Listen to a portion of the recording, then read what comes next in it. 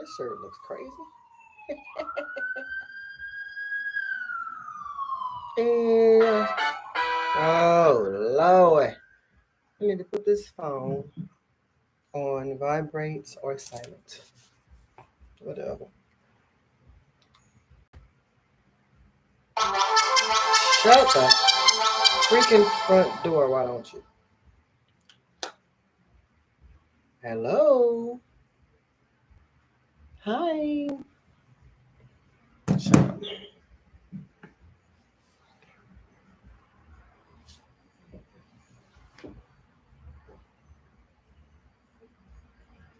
Hi guys.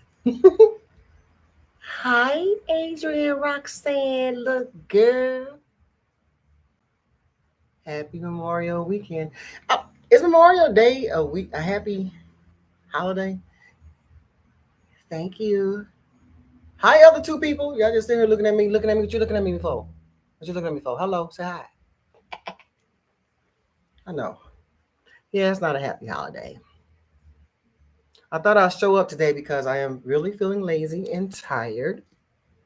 If my shirt looks crazy, because I had just got to wipe something off. But I ain't talking about much because I don't feel like it. I am so tired. I just want to go and lay down and watch more movies. And that's all I've been doing. I know, right? You didn't have to work today? Oh, shoot. Girl, what? The baby. It's time to do my hair. Like, really. Uh-uh. Boing. She's locked, though. She's not all the way locked, but she's definitely got some lockapoo thing going on. Thank you, guys. Nope, 3-day weekend. Hey. Uh-oh. Why is this here? I hate notifications sometimes. They get on your nerves. They come at the oddest time. They pop up in the weirdest places. You can't see stuff. Nope, 3-day weekend. But they asked me to work yesterday, and I said nope. I know that's right. Sometimes you just need to be off. Don't nobody want to be up with no job. No. Well, some people do like being in a job 24 hours a day. I'm one of them. So, I mean, I'm one of them that's not interested in being in a job 24 hours a day. The ashy elbows. I say, you know what, Nezi, you need to go on camera and at least do a live stream so they can see you. And it seemed like I am getting mentally further and further away from being a YouTuber. It's like I'm fighting myself, saying, "Hey, don't quit. Just if you least you can do is just show up on live." Oh, so when some more people come on, I can tell you guys while you're here. So the winner is. Remember, I asked you guys last week, what makeup look did you want to see? Most people said purple. So she said yes, more lives. So I'll just show the people that are here what color we're gonna do. Whenever I do my makeup, it's going to be the purple one. Can you see? Ooh. Adrian, did you say gold? Did you say you wanted to see the gold one? There's only really one. There's some other purples in here. This is a really pretty palette. It has purple and gold in here. These colors are considered cool, and a couple of warms in here. But yeah, live streams are easier for me to right now. They're easy for me to do. I just pop up. I ain't gotta do much. And just click off. Click on, click off. I don't sit down and mentally put stuff together. I'm like, how did you get to this point of your life? I don't know. Sometimes I think that my time is over. I be looking at other YouTubers. They're fresh, they're new, they're doing new things. And the old heads, we starting to dwindle on off, trying to find us another life. I really wear my eyeshadow. I know. Me too, but I don't want to start wearing it again. I put on a little gloss, so I want to look so blah, because I had on no makeup. I put on some eyebrows, so I want to look so dry on here. I put on my shirt. No, I already had the shirt on today, but I waste food over it because me and my friend went to go eat breakfast this morning. It was so delightful. When I came home, got in my bed with my clothes on, and fell asleep. So sometimes I wonder, do I even fit on this platform anymore? I said, well, Nezi, you still have something to say. You just got to say it. You just got to feel like saying it. Ooh, what's this year? I've been on here since 2011. It's 2025. It's going on 14 years. What is the lifespan of a YouTuber? There's some people still going strong, though. Yes, you still fit here. Okay. Oh, you're so positive. Because sometimes I wonder, mm, what is the lifespan of a YouTuber? So who's still on here? PewDiePie's still on here. Now he's been on here a long, long time. And I don't know if I see any more old school natural hair people though. See, I'm from 2011. Let me see. I think Mahogany Knots. Is it Mahogany Knots or is it? Yeah, I think Mahogany Knots still on here.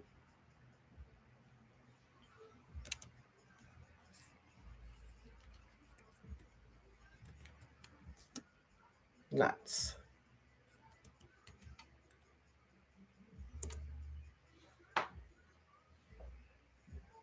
No, not Knots. I don't think she do this no more. Not do this no more. Do this anymore. Let's see. She. I know she had quit at one time though, way before now. So she came back for a while. She had cut her hair off, disappeared, then she came back. Now she ain't been back in 2 years. Let me see what was her last video posted. Shut up, I tell you. So her last video posted was July 2022. Shoot, she going on 3 years. What's the other girl name? She was Mahogany Akaya. Who is that girl? Who's Akaya? Mm. What was the other girl? Mahogany Curls. I think she's still here. Shoot, Mahogany Knots left at 123,000 followers.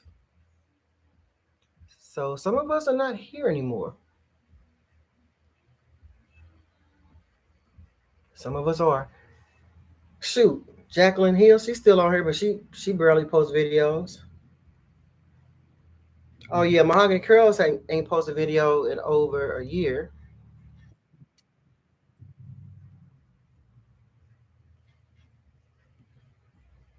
Since March 2024. Yep, she been gone for over a year. It's a lot of us still just not hanging in there. Hi, Stone Cold. Hello. Akia Kelly. She has locks. She's a subscriber on your channel. Is she? Oh yeah. But see, I didn't know her back then. I'm from the first generation of naturals. So now we got the second and third generation of naturals. And they doing all kind of really cool things. And I'm looking at them like I used to do some of them things, but I was never into washing goes. I did that one time on my channel, and I tried to do it another time off the channel. It was, and but my channel was mainly about hair care. It wasn't about styles and stuff like that. So I can show you how to get your hair to retain length, but I wasn't doing all the extra stuff. I try hairstyles every once in a while. I can do hairstyles. I just don't be feel like that. I never did wash and goes either. Yeah, they ain't nothing but a bunch of matted, mangled, tangled mess. And your hair draws up and it starts going into this odd mushroom shape looking like Frederick Douglass. And no. So, but I do really want to know when is it a lot? What's the lifespan of a YouTuber? And after a while, you start feeling like, dang, I'm sure it's something else I can do. You start losing a passion for it. If you want to be a successful YouTuber or a successful content creator, you have to have a passion for it. You have to have the knowledge about it. You're enthused. to look it up, the information you need to do your video. But when I mastered all that, it's like, now what do? I'm going to Locs. But now, I don't even feel like talking about that. Just cornrow it down for my wigs. I miss my wig sometimes. Farrah! Hi, Farrah girl. You always just pop up. I do miss my wig sometimes. I miss my color. I miss a lot of things, but and then I started my lock journey. I think my lock journey was the end of my loose natural. Well, it was the end of my loose natural hair journey, but I think it was the end of my old life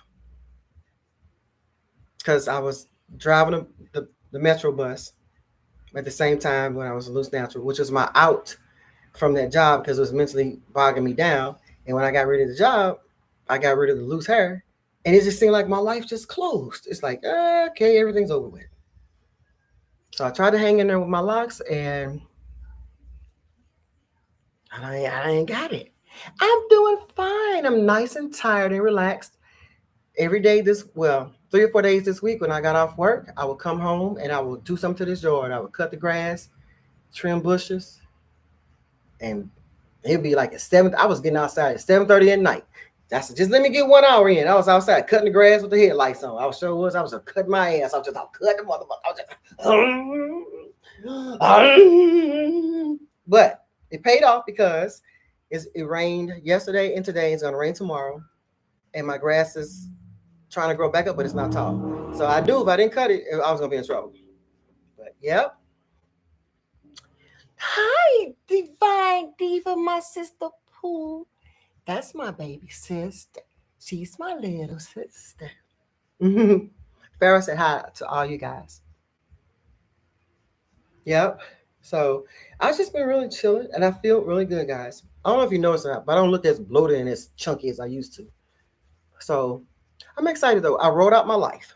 I said, well, Nezi, Angel, Angelique, whatever your damn name is, you got to get back into some of the stuff you used to do. You keep repeating yourself and you ain't doing it. So I've been working on, actually, guys, although I've not been posting videos, I have been writing down titles. I'm prepped. I'm organized. I got my computer ready. I got everything ready. But I got some cool titles. And let me see what title I can share with y'all. Looking gracious. Thank you. I need to get on a diet after this weekend. Oh, damn. Well, yeah, that'll work. Where my titles at? I got some cool titles. They're big girl titles too. Really big girl titles. Something I'm not used to doing. They're not comfortable in doing those. Let me read you all one title. Let me see if I can find it. Let's see. Is that it? That it? No, that's not it. That's not it. That ain't it. That ain't it. Where my titles at, mother? You know what? I'm about to slap my own self. I need to get a folder and put all of my titles and all my ideas in one folder. I do have all my notes on one notepad, but I need to put my titles and all that other stuff.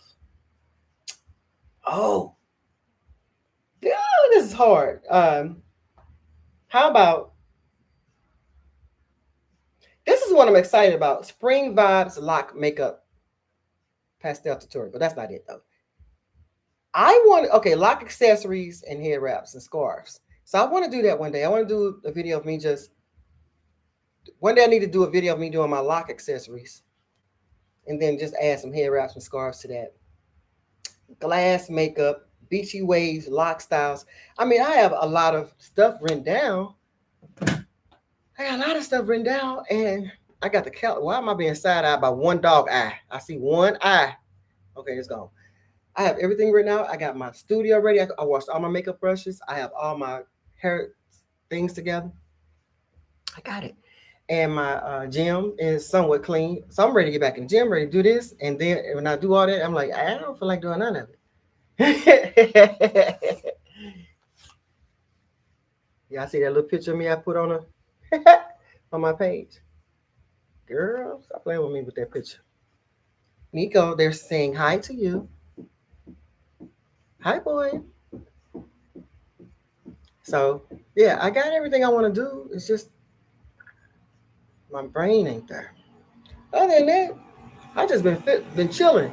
Baby, let me tell you something.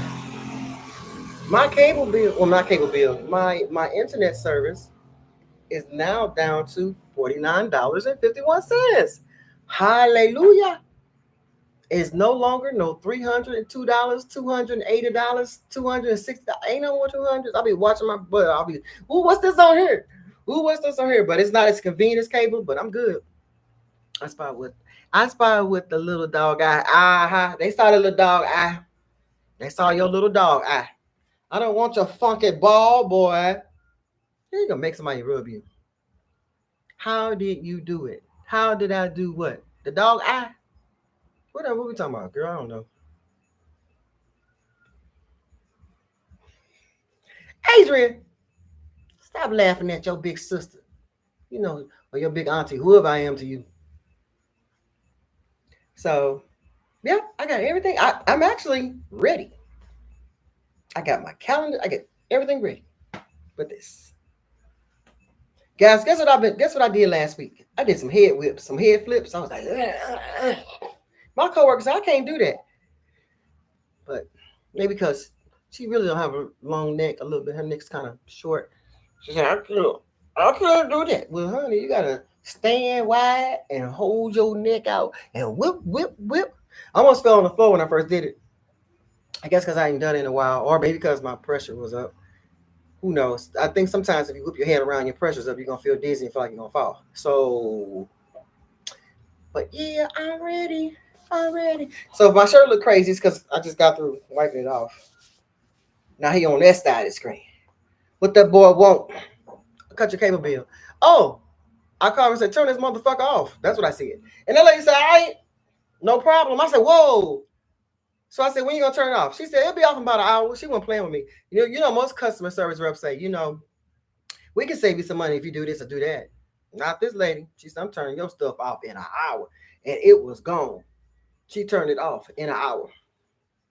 So I had and they sent me a notice saying, by the way, don't even send them old outdated boxes, cable boxes back to us. We don't want them, just recycle them. So I threw them away in the recycle bin. Baby, what we doing? Baby girl,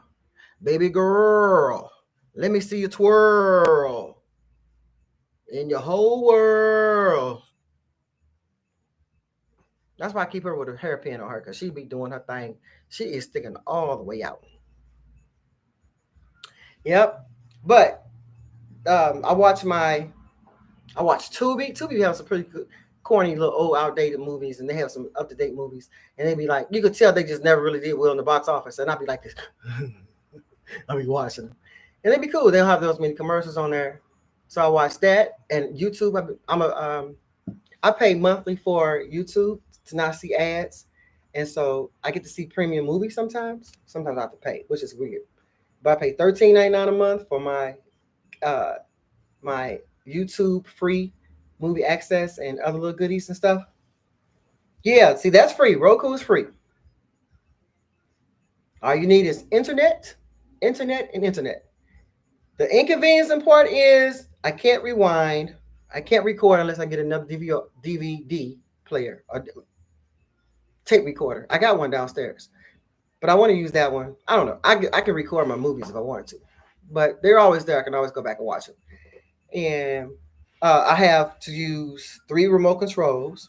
One that goes to my Samsung television, and the other one that goes to my volume. Whereas at first I only had to use one remote.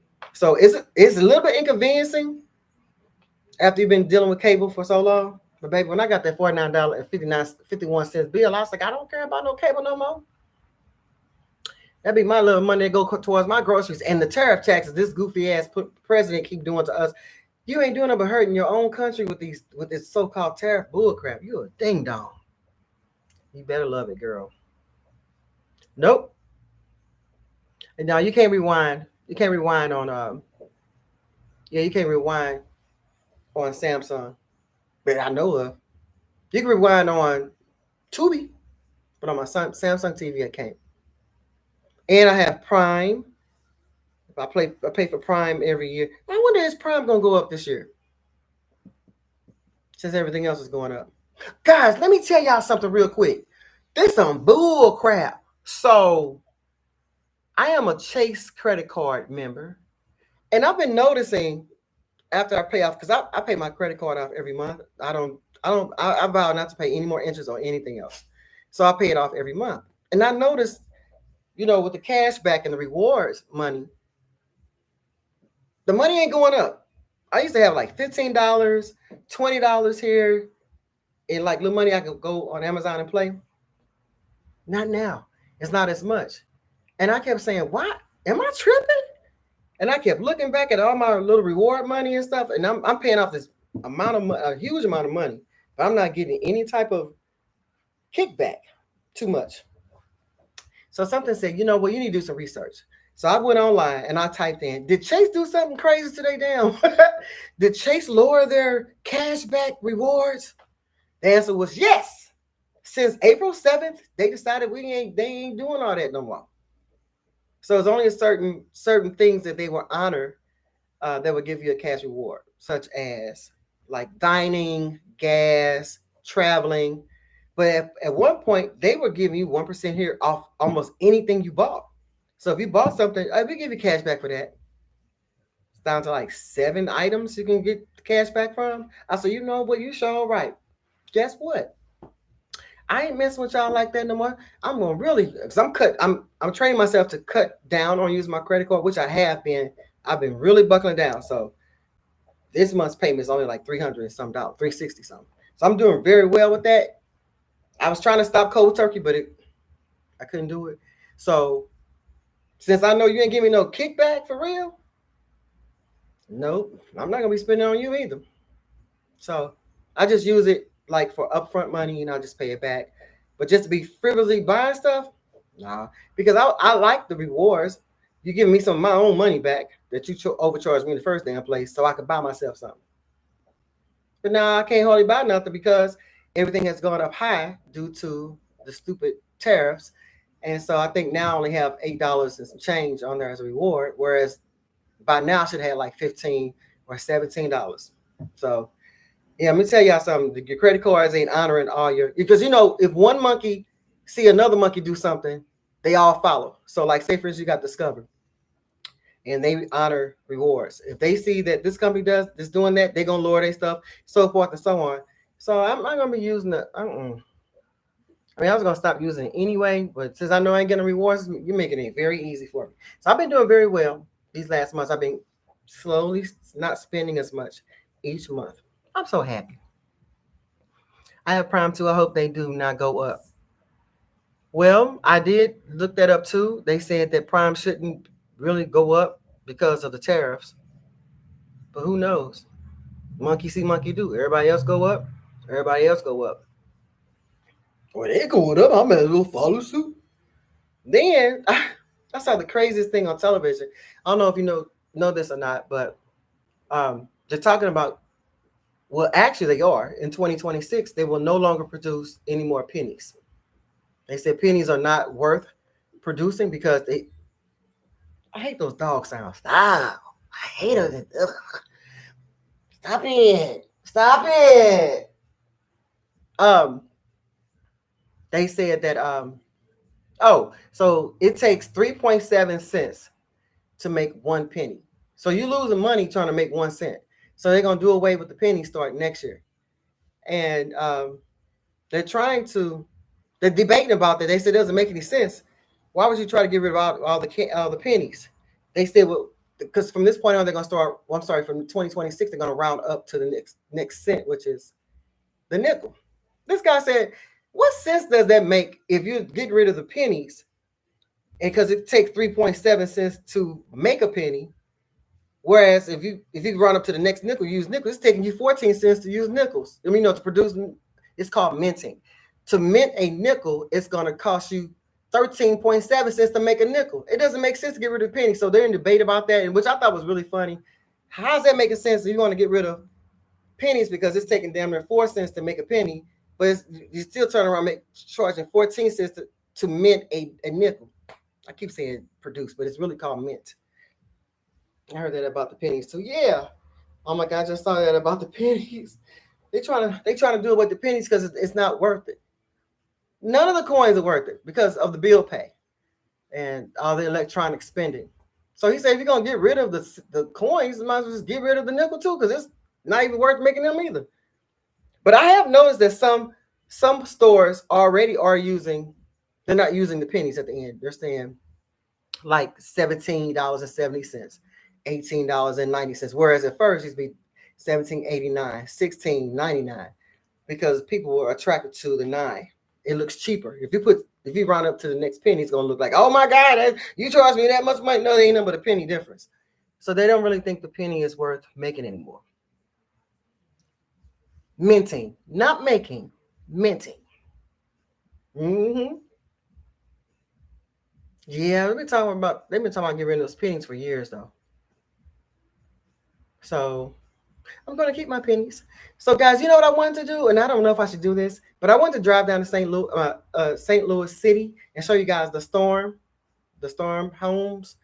My friends and family, not my friends and family, but people have been telling me, and I've been looking. If you guys want to see how St. Louis look, go online and type in St. Louis storm victims or houses. You'll see all the devastation. But they said in person, it's breathtaking, absolutely breathtaking. We haven't had a bad storm here in the city in 60 years. And the worst one we had was, I think, in 1923. Yeah. But this storm we had this time, it didn't come out here in the county. It traveled 23 miles, 23 miles of devastation. And I did not know it went to East St. Louis. It traveled across the bridge, cuz that's what we say. Go across that bridge, cuz it went across to East St. Louis and tore it. Well, East St. Louis tore up any damn way. That's an ugly ass. That's ugly. Let me stop. That's an ugly little city over there. But the north side, it got hit. The north side, Clayton. If you ever heard of Clayton, Missouri, that's kind of like one of our nice areas. Clayton got hit. The Forest Park Zoo, it got hit. Um, Persian, I used to live over on Persian in Laurel. My guy friend said that his house got hit, and for some reason I didn't even think that his house had been hit. So I called him to see how he was doing. He said, "Baby, it's bad down here." He was telling me that he was outside blowing debris off the front porch because he had just got to cutting grass. His family stayed next door. One of his family members came outside and said, "Hey, T, you need to come in the house because the storm is here. It's coming." And he's like, "Oh, I'll be in a minute." And he said, all of a sudden, he started seeing the wind, the trees and stuff blowing. He said, "I better get in the house." As soon as he got in the house, boom, all the debris started flying around and stuff. So they all rushed down to the basement to take cover. And they just heard mayhem and craziness. And when they came back upstairs, I'm glad that they made it through because they live in one of those big old tall brick old school homes. And that was one of my concerns. If you're in a house and you go down to the basement, if the house gets torn down, if the bricks get knocked down, won't you be buried up under the bricks? You'd be buried up under the rubble. So, but luckily for them, they all survived. He said, guys, you would not believe this. But then again, you may believe this because you know how your cousins do. So he said that people have been bringing him and everybody in the neighborhood like food and sleeping bags and stuff. He said he had to sleep out there on the streets. Him and his family. I said, "Why y'all sleeping out there on the streets?" He said, "We tried to go to a hotel, but they raised the prices." Can you believe it? The hotels raised the prices of their room rentals because of the storm, and they didn't think it would make sense to do that. They could try to get an apartment, but everybody can't fit in there. It would be too expensive. And he said it's just chaotic. He said another reason is because these suckers are coming down here. Your cousins are coming to our neighborhood and looting and stealing our stuff.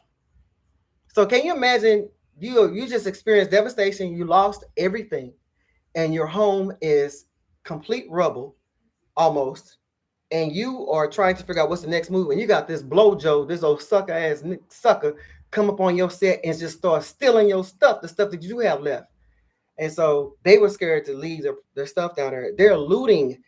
How do you do that? How do you loot the vulnerable? So we got a curfew here in St. Louis. I know, ain't that sad?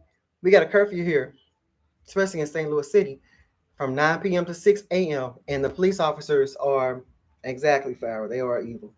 The police officers are driving around, make sure people are not in. Oh, I'm gonna say this. I'm gonna go there. They're making sure there ain't nobody in those buildings because those buildings have been condemned. Now the St. Louis officials are stamping red stickers all over the homes, saying they're condemned. And so he told me like a couple of nights he would go back in the house anyway and sleep. And I was like, that's dangerous. He said, well, I ain't got nowhere else to go. I said, but it's still dangerous. He said one night he was in there in that house, and he said all of a sudden a flashlight started beaming through his window. He got scared. And he thought it was like maybe somebody coming there and break in and loot, but it was the police officers. He never did tell me what happened to that. Did they tell him to get out that house? Or did he hide? I don't know if he hid or what. But the police officers are actually going to these vacant buildings and they peeking in, see if there's anybody in there. Because if you're in there, you're gonna be in trouble. So yeah, it's crazy. Hi, K-Renee. The devil never takes a day. You show right. The devil never takes a day off. That's crazy. If your house has been condemned, you got some side sucker that's walking into your house in the dark, seeing what they can still find. And then my morning buddy was telling me that Ameren UE is down there trying to get all the electric restored, and they down there shooting at each other. And they say that Ameren said, you know what? Goodbye. I got a house to go to. I'm not getting shot down here trying to mess with you all down here. Then on top of that, they're being evicted. They got 10 days to get out those condemned homes down there because they have been still staying around their homes. They have these people in the city some of them are a little bit poor. They're a little bit poor. Those houses, them big old brick homes from old school, they've been handed down throughout the family and stuff. Some of them can't afford to move anywhere else. And one girl got online and said, where are we gonna go? We don't have any money like that. So a lot of those homes weren't insured. They were not insured. And then I heard that the government or whoever they are, they're going to help the people who do not have insurance. So the ones who do have insurance, they better have enough coverage so they can get some kind of money off their homes. Because if they have low coverage on their homes, they're going to be asked out. So they have 10 days to get out of there. And you can see these red bright stickers on these brick homes down there. And they say, we ain't got nowhere to go. So their homes are condemned. They're evicted. You got looters and you got shooters. That is scary. That's scary. So I was thinking about taking my phone down there, or a camera, and just ride through there. And I didn't know it traveled so far north, then went down to East St. Louis. That's across the waters.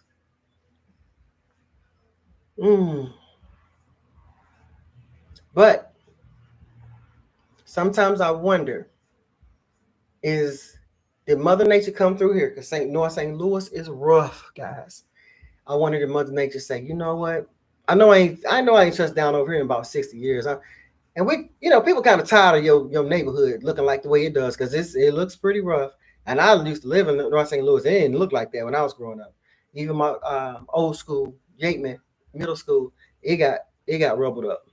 Because anybody who went to those schools and the schools got beat up by the storm, they have to go to other schools in order to finish the last week of school. But I wonder, did Mother Nature say, you know what, we need to do a hard reset down here? These homes are in bad condition. Not all of them, but a lot of them were vacant and a lot of them weren't kept up. It's really weird how the universe works. We tired of this. You next. Zap! St. Louis City don't ever get hit with a touchdown tornado. We had an E3, whatever they call it, E4, something 3, close to a 4. I mean, it ripped St. Louis up. I couldn't believe it. And my old job that I started at, my bi-state job, it almost, I don't think they got hit, but it wasn't too far. They didn't get damaged that I know of. But the storm came close to it. I mean, she went through St. Louis like a banshee. She went from Clayton all the way down to East St. Louis. What you doing over there, girl? She said, I'm tired of this stuff. Clayton is really nice. Clayton is not a bad area. And Forest Park area is really nice. Pull all them tree roots up out the ground. So I was thinking about going down there, see what's going on, but I don't know if I'm ready. Because baby, you go down, if you go past Union and Highway 70, ain't nobody stopping at no stop sign. What you talking about? Stop sign? What? They run stop signs, they run red lights, they tear your stuff up and keep going. That's why I really go down there. I only go to the city if I have to. But don't get it twisted. They bring their goofy ass out here in the county. Not to say that I live in the upper crust, because baby, my little neighborhood is it's slightly, if it's got a low grade, low function hood feel to it. They dump trash everywhere. So sick of looking at trash. And St. DOT said they picked up over 8,000 tons of trash off the highway just this year or within a year or whatever. They like to throw trash everywhere. Nobody have proper stickers. Everybody's stickers are expired. So they got that bad here too. I heard about the plantation house that burned down. Which one is that one? I wonder where that at. Where's that? Is that on Lindell? Do you remember where the plantation state house is? That's another thing. When they take the cameras and go through St. Louis, they don't really announce what street they're on. So I have to kind of like look and say, oh, that's King's Highway. Oh, that's Dr. Martin Luther King. They don't really say where you are. Well, they are. Oh, okay. I'm wondering, is that the one over on Aunt Esther? 8 tons of trash just from the off the side of the highway. Yep. Highway 70. Oh, baby, I couldn't believe I drove down Highway 170. I couldn't believe all the trash. It wasn't a lot, but it was more than I'm used to seeing. Stuff just dumped, like tables and there was some couches on the side of the highway and tennis shoes. This ain't what we used to do. St. Louis used to look clean. You come to St. Louis now, you're like, ooh, it looks kind of dirty. All depends on where you go. So I'm wondering, did the tornado, the universe, I could be wrong though, go down to the city and say, you know what? I'm sick of looking at this. I'm sick of y'all, sick of your high crime, sick of your little ugly houses. Stop running stop sign. Let me stop y'all real quick. Let me slow y'all down. Let me make you guys come together and support one another. And baby, they have been supporting one another. And a lot of white people been going down there and supporting them. And you know what I was thinking about? I said, people say some mean things about each other's race. And guess who will be there for you? It's the people you're talking about. No white folk down there really trying to help as much as they can. They might not be doing a whole lot, but they are taking food down there. And even the black people that are coming down, we going down. I ain't been down there, but people going down there and helping them. Sometimes you gotta be conscious of how I don't like white people. I don't like black people. And guess who will be there for your goofy butt when something go down? And white folks taking them food, taking them tents, sleeping bag, all kind of stuff down there to make sure your family's okay. And they are so grateful, but they are so scared down there, guys. A lot of them don't have nowhere to go. They don't have no money. They lost a lot. So far we've lost 5 people in this. No, I think it's a total of 28 people. I think, including because I think the tornado hit Kansas, which is that way. I think it came from that way. But anyway, I know we lost a total of 5 people so far here in St. Louis City. K. Renee says a YouTube influencer is helping raise funds for a young mother with a child who lost everything. Good for them. They need help down there, guys. What was in Louisiana? The storm was there. Maybe. Yeah, she came down here and she said, y'all next. Reset. Boom. Boom. I'm like, tornadoes don't go down on no Dr. Martin Luther King and Delmore and Page. I don't know if you guys heard of the Delmore Loop. That's kind of popular over here. It went down Delmore and hit U City. They said U City, University City got hit. You inspired me to buy the whole line of luster pink line in my hair. Because luster, all right. Good for you. Now, it didn't do that well for me, but the luster pink shampoo dried my hair out to damnation, had me looking like buckwheat, and baby, my hair would not unlock. So I said, I'm just gonna let it go and let it lock. That's the only thing I think luster took for is the locking my damn hair up. It dried the hell out of my hair. So with the shampoo, I learned when you use pink luster's shampoo, you better dilute it with water. Don't use it by itself. You're gonna be a Brillo head like me. I said, oh, I can't come through my hair. It was so dried out and so stuck together. I said, you know what? You show right. I'm gonna let you lock. Since you want to lock, I'm gonna let you lock. What's this? What's the air quotes? I'm gonna pull the air quotes out the sky and say, you show right. I'm gonna let you lock. And that's what I did. So I thank you, Pink Luster Line, for locking. Lips all slippery. Thank you for letting me lock my hair. So, but that's that. I should drive down there. I'd be scared to drive down and see the baby man. What you talking about a red light? These be big, huge, 4-lane, wide intersections. There you go. Ain't got no insurance. Car be raggly. Ragley. Ragley. I used to use pink luster lotion. My hair didn't do well with that line. I'm glad you like it. Thank you for letting me know. Thank you. Yeah. So what else I want to tell you guys? Because I don't be doing that. My life is so quiet now, guys. It is so quiet. Look at my boy. Oh, he's taking a nappy poo. Yep. She said the pink luster line, the mask and the lotion, baby, and the reconstructor is a winner. Winner, chicken thinner. Thinner. Oh, okay. Yeah. So what else I want to talk to you guys about?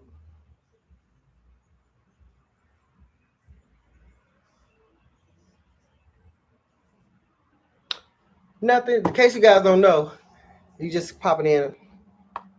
This is gonna be the palette I'll be using in my little makeup look. Everybody chose 5 people chose purple. I deleted the video too, guys. So the most votes was for the purple palette. Purple. Oh, I used to use placenta conditioner. It worked, girl. Your hair must be long. You're gonna have a baby in your head. You're gonna have a baby head. Purple is pretty. Yes. What else do I know? I think that's it for right now. I think that is it for right now. There's something else I want to tell you guys though. Oh, you still had a baby in your head. Some of that was years ago. You got a placenta head. So, but yeah, guys, I'm doing well. My skin is clearing up, guys. I noticed I got a little bit of makeup on my face, but my skin is starting to clear up. It's probably because I wasn't healthy, but since I've been not being a bad girl with my food and drinks, my skin is clearing up. It's clearing up really slow. But once I add the exercise in there, it's going to start clearing up real whole.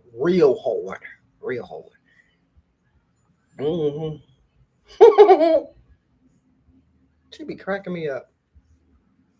There she going now.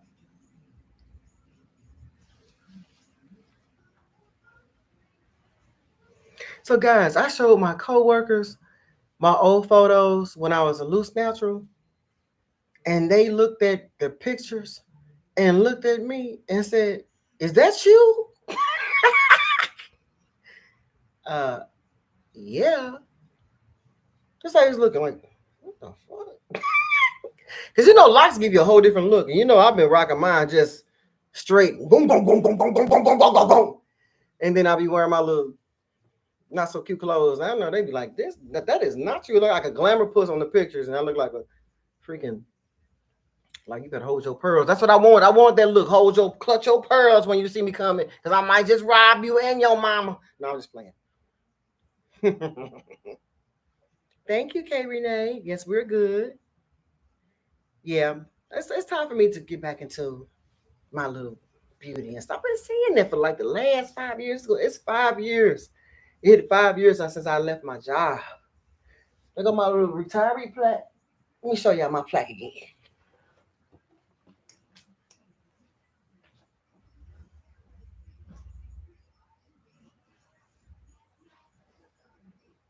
It's been 5 years, guys. Can you believe it?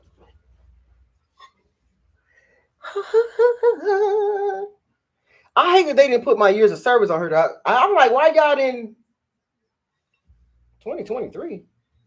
Oh, excuse me. Suck, I left in 2020. I just realized I got 2023 on her.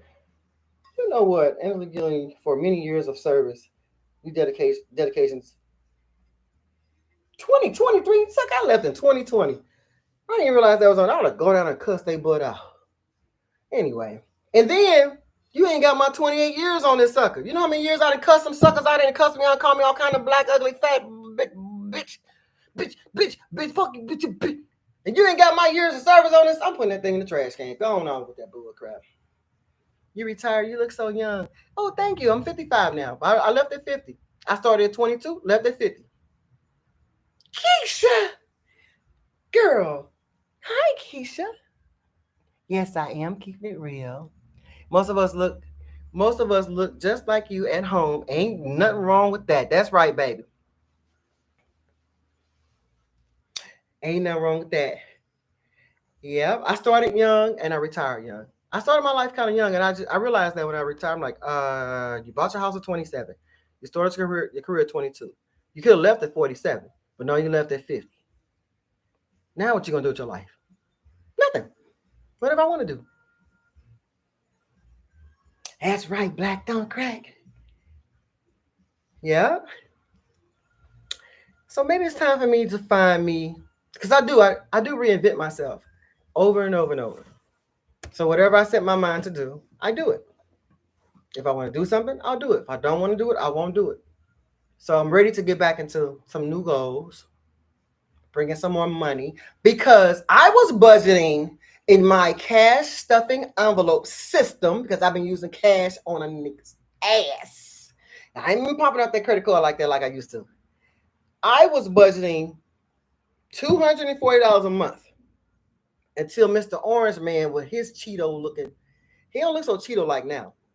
Mr. Orange Man decided, we don't want you being happy with your little cash system. We want to break you in the groceries department. Baby, I be having my little grocery, I be so proud, I be having my little cash stuff in an envelope, I put my little money in. I said, I ain't got enough. I need to raise my groceries up to, because I used to spend $400 or $500 a month on my groceries anyway, but I cut it down to $240, and I was doing well until that went up. And plus, I like grocery shopping. I like to buy food. Whatever food I want to get it. And baby, I had to go into another envelope, like the miscellaneous and the dining, because I don't eat out anymore. I have not bought any groceries. I'm sorry, I haven't bought any fast food in like 2 months. Especially after I got sick. I really ain't been buying it. But I was weaning myself off that anyway. So I had to go into that money to pay for the excessive grocery shopping. So I'm either have to cut back down on groceries or bring in some more money to cover that. So I said, well, you gotta go. You got money you can make. You're YouTube. You need to get your juicy black built body up and put on some videos, or at least do some live streams. Because when you do live stream, guys, it says to YouTube, hey, I'm here. I'm live. I'm still here. And YouTube says, oh, you still here? Well, let me go and push out your other videos. Let me push them out. So right now, since I'm on live, my video say, hey, everybody, I'm still here. But the old school videos, they do way better. So I need to do something with these, and I need to bring in more money on YouTube. So I just buy me some more groceries. I just want to buy more groceries. I don't know what it is. I be cooking every day. Guys, my electric bill was $64 this month. I said, how did it get to be that low? Y'all just a talk. What y'all talking about? Y'all ain't talking about that. Y'all ain't talking about nothing. Huh? Y'all ain't talking about nothing. Hey. Do y'all do your mouth like that? Hey, that's my beat. The administration is Keisha says the administration is going to interesting. My food bill is high also as a single person. I know. Auntie says 240 on groceries is good if I can stay in the budget. So they call it what you budget for and what you actually spend. I budget for 240 and I actually spend about 280, 300. This month I went over $100. So this month I did 340. Adrian says, Auntie says, shaking my head. The food prices are outrageous and out of control. We love your dry beans. Girl, what dry beans? What you talking about? On my head? Or what you talking about? Adrian says, oh my God, I've been at fast food a lot lately. Ugh, this is not like me at all. I need to stop. Once you get started, it's hard to stop.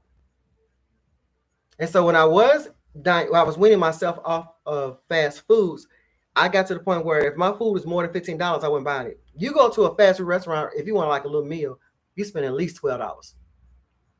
Unless you get the like little budget meals, like at McDonald's. McDonald's got some trashy food. So you can buy some meals for $6.99 or $5.99 on a good day.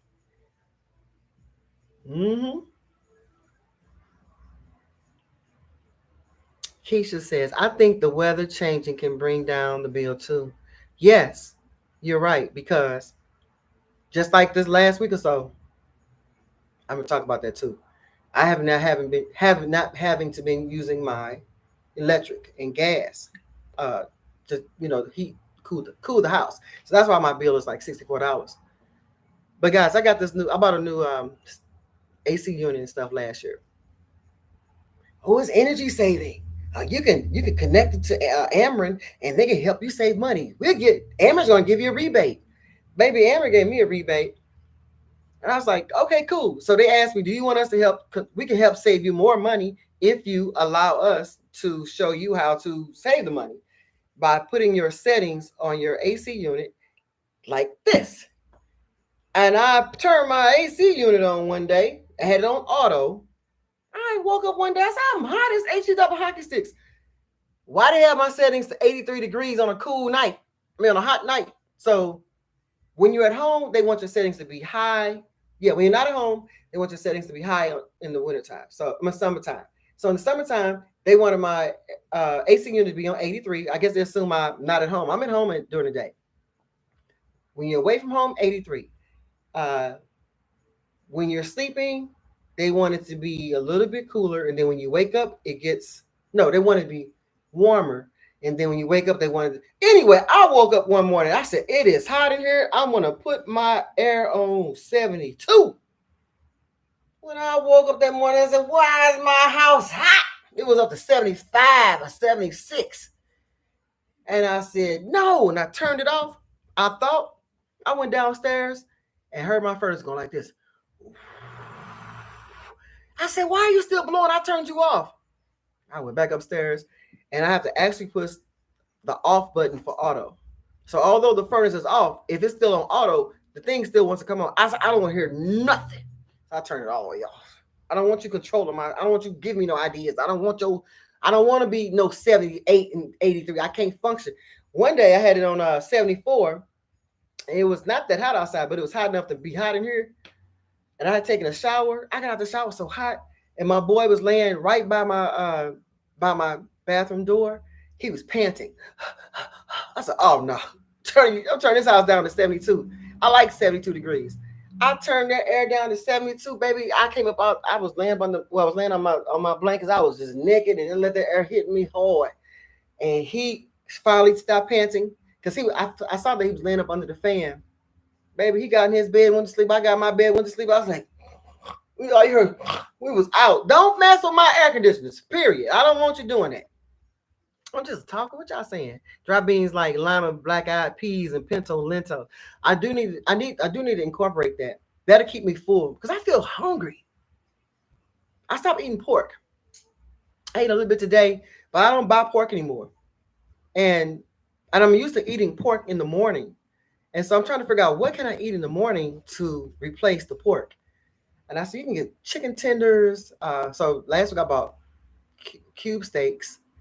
and I bought some liver. I need to eat in the morning so I can feel satiated. But if I add black eyed peas and some beans to my regimen, I'll feel more satiated because I'll be hungry.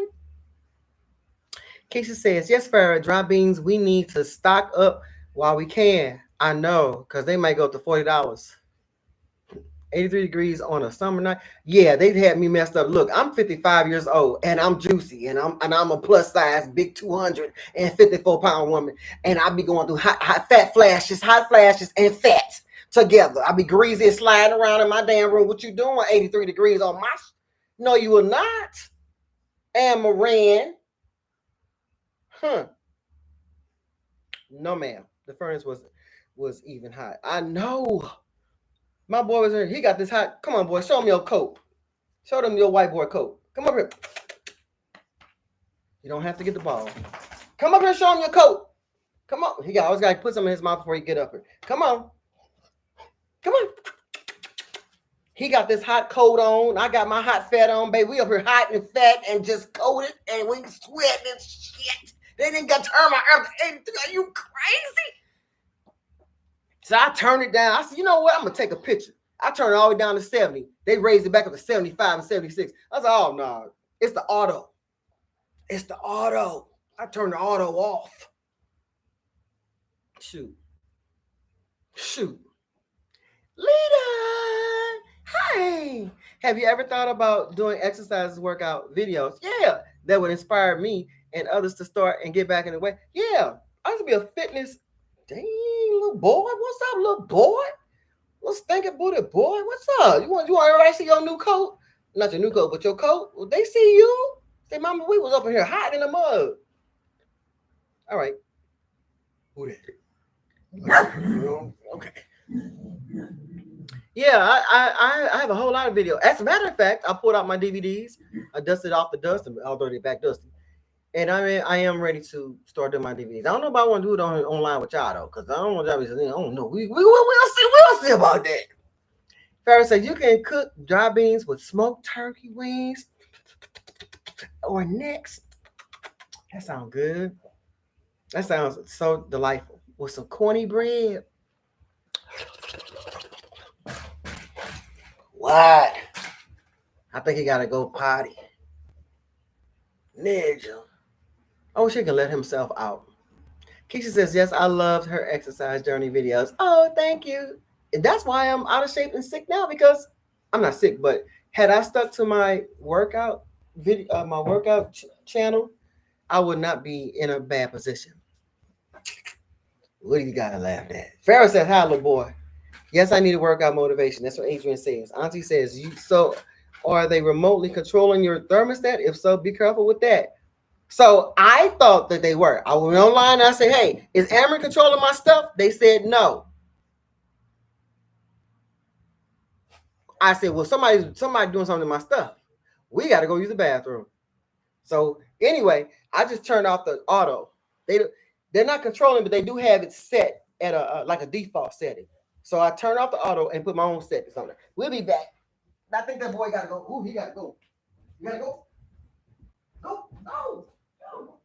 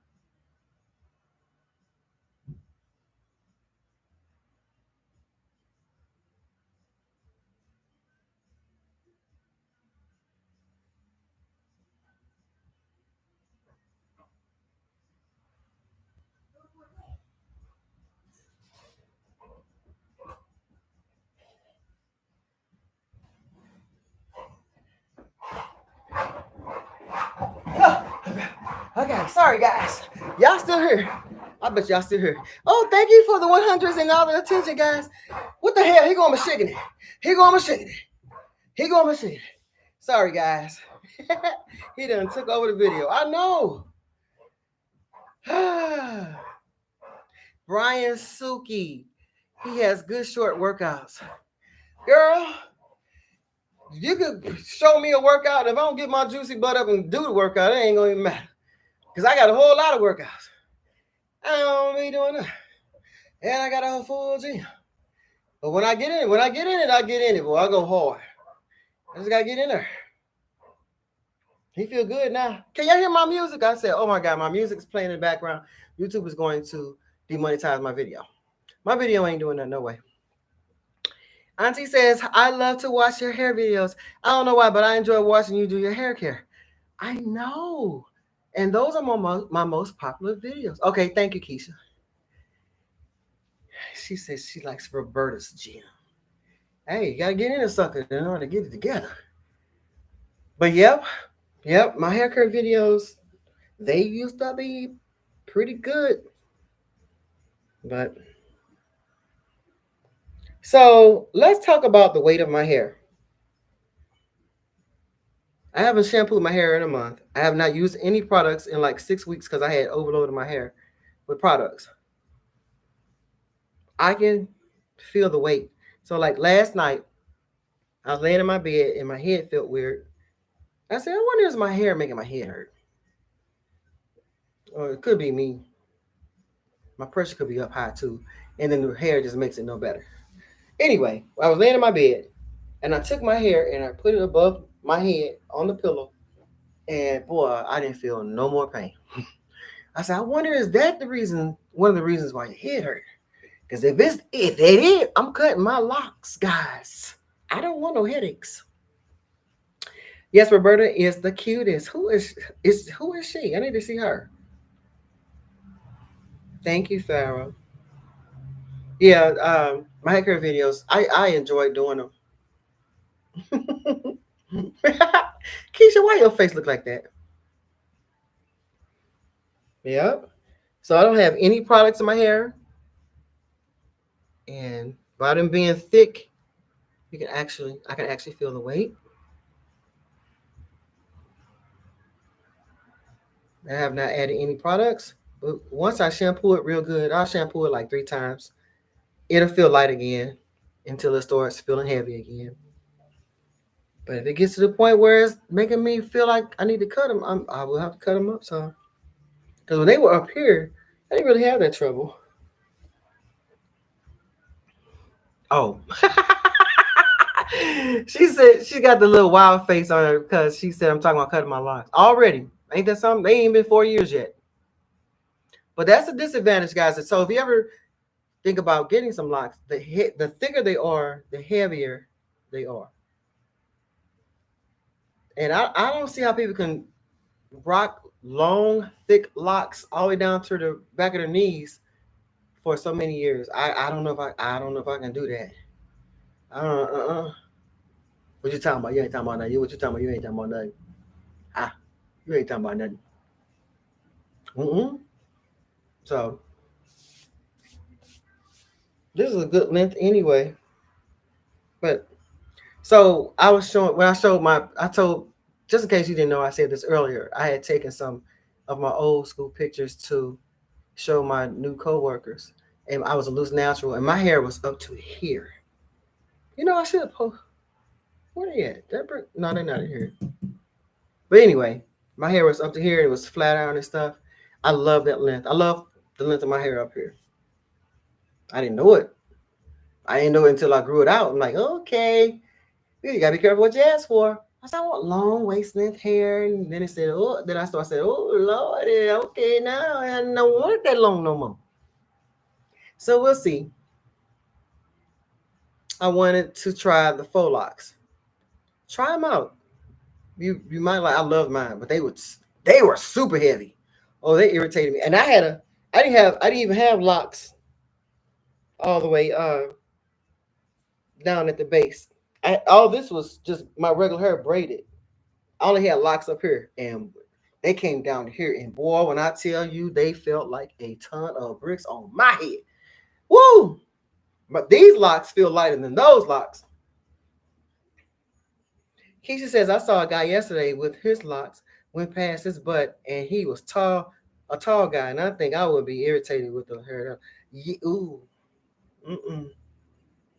Because, after a certain point, they just get in the way. Like if you got to do number 2, really, like say for instance, your butt about to blow up. You got to rush in there to use the bathroom. And you don't have time to really prepare your hair for your butt. And you sit on it and you blast your locks away with doo-doo. Ew! Now you got to wash that out. You got booty locks. You got doo-doo locks. Dookie braids. Doo locks. Doo-doo. Farrah says, my neighbor was has waist-length locks. He always has them braided in different styles. Yeah, they be real cute. When they do those cute little styles and stuff, but they be looking tight, all them little twisty, all that. I don't want no styles like that. They gonna hood. They gonna hood the baby. I don't know.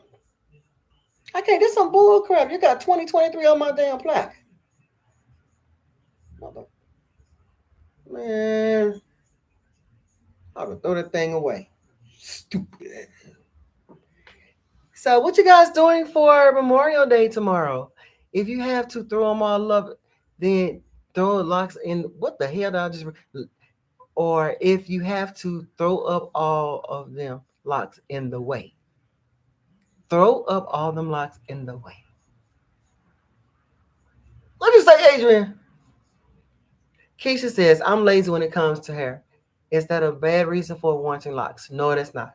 That's why I am testing the lock waters now. It's cute, lock waters. Yeah, try it out. You just may like it. You have to hold your hair. Ew. See, right now I don't have to hold my hair to potty now. But if I let them get down to my bum, I'm about to swing real fast and sit down real fast. I've heard people say when they booties blow up, the aftermath of the poo poo just comes up and get in their hair, and the hair be smell like poo poo. I'm like, ew, I don't want that. Oh, if he has to throw up, his locks will be in vomit. Ew. Okay, it's getting gross on here, guys. Doo-doo and vomit locks. But I have, it's more pros than cons for me. I wake up, my hair is already done. When I shampoo my hair, I ain't gotta detangle. I hated that. Sitting there, I hated my hand like this every time I had to do my hair. I hated it.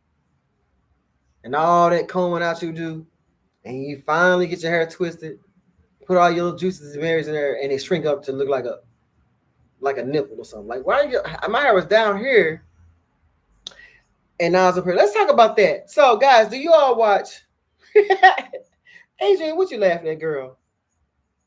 Keisha says, so do you only do the cash system with your groceries? No. I have 12 things I set money to the side for. So I set money to the side in my cash envelopes for my wallet, and separately, I put that other money, I stuff money in for my real estate taxes, savings, and then emergency funds and little knickknacks like dog food. So I got it all written down too. So I put money in my wallet, and I take the rest of the money and put it to the side for other stuff. And subscriptions. I've been cutting back on a few subscriptions though. So I have money. Yeah. So I have all that to the side. Actually, guys, right now I can either use that money towards like my real estate tax like I want to, or I can use it as a month ahead or two. Because I have enough money to where I'll be good for a month or two if something should happen. But I'm not finished. I'm not finished with my little thing. Because if you stuff money for a whole year, guess how much money you have? You have a lot of money. So, but yeah, that's what I do. So I stuff money in my envelopes and I put them in my wallet. When I hate this, guys. When I tell you I'm a tap queen, When I used to go to the gas pump, I used to take my cell phone, gloop, pay for my gas at the pump. Now with my cash stuffing system, I said put like 140 in my envelope. And every week I take the little $35 out and go pay for it. I ain't getting yeah. And once $35, my stuff stopped exactly $35, not $37.50, none of that. I pay $35, I fill my tank up. Now I gotta fill up the gas can. And that really works. Only bill I'm struggling with the most is my groceries. Yep. So so I carry like groceries, gas, miscellaneous spending, like regular spending money, and dining.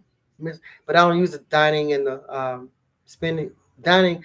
Well, I had to use my dining and my miscellaneous money for my groceries this time.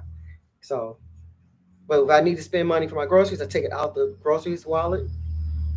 Groceries stuffing envelope. Pay for it. It feels so good, guys, that I can spend my money right there, not worried about being traumatized when I see a credit card.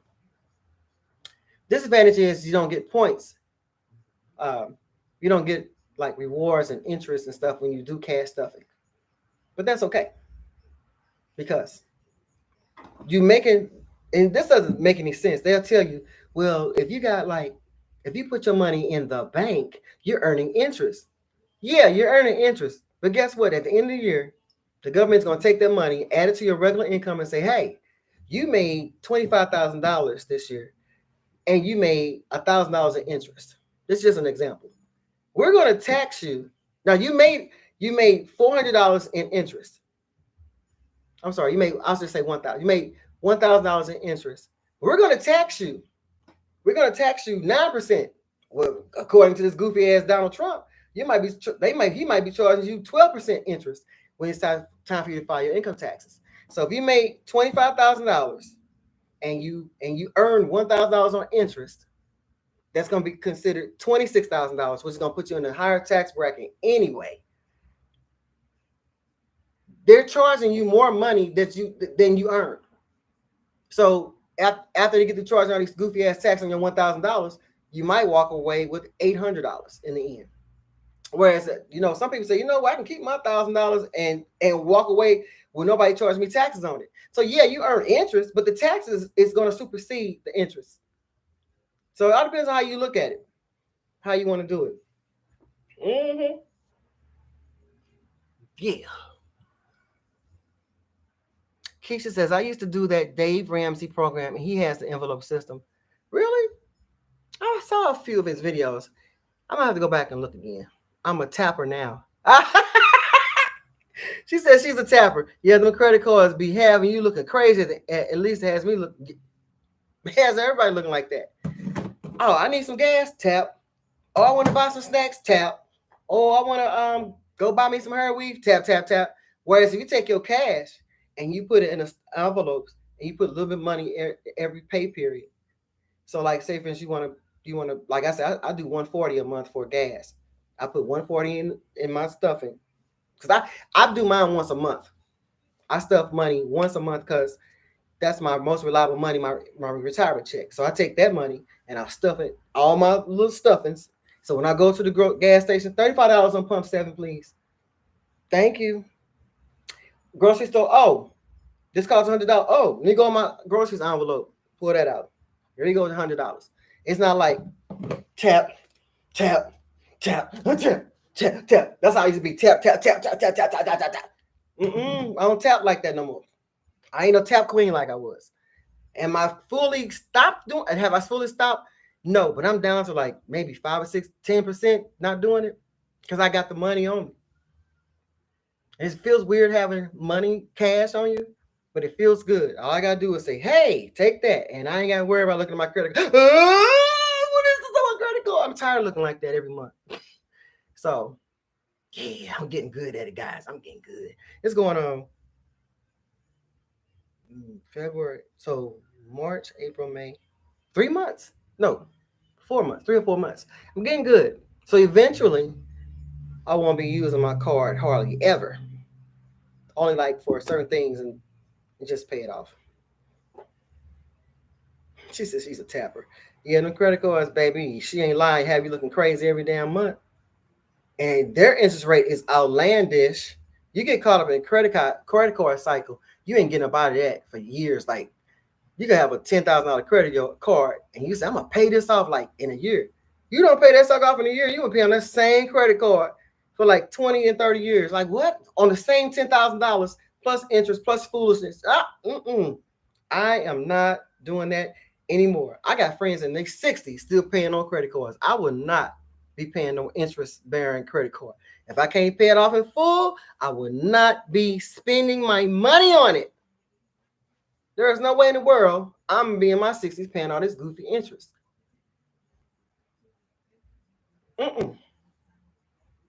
So that's that.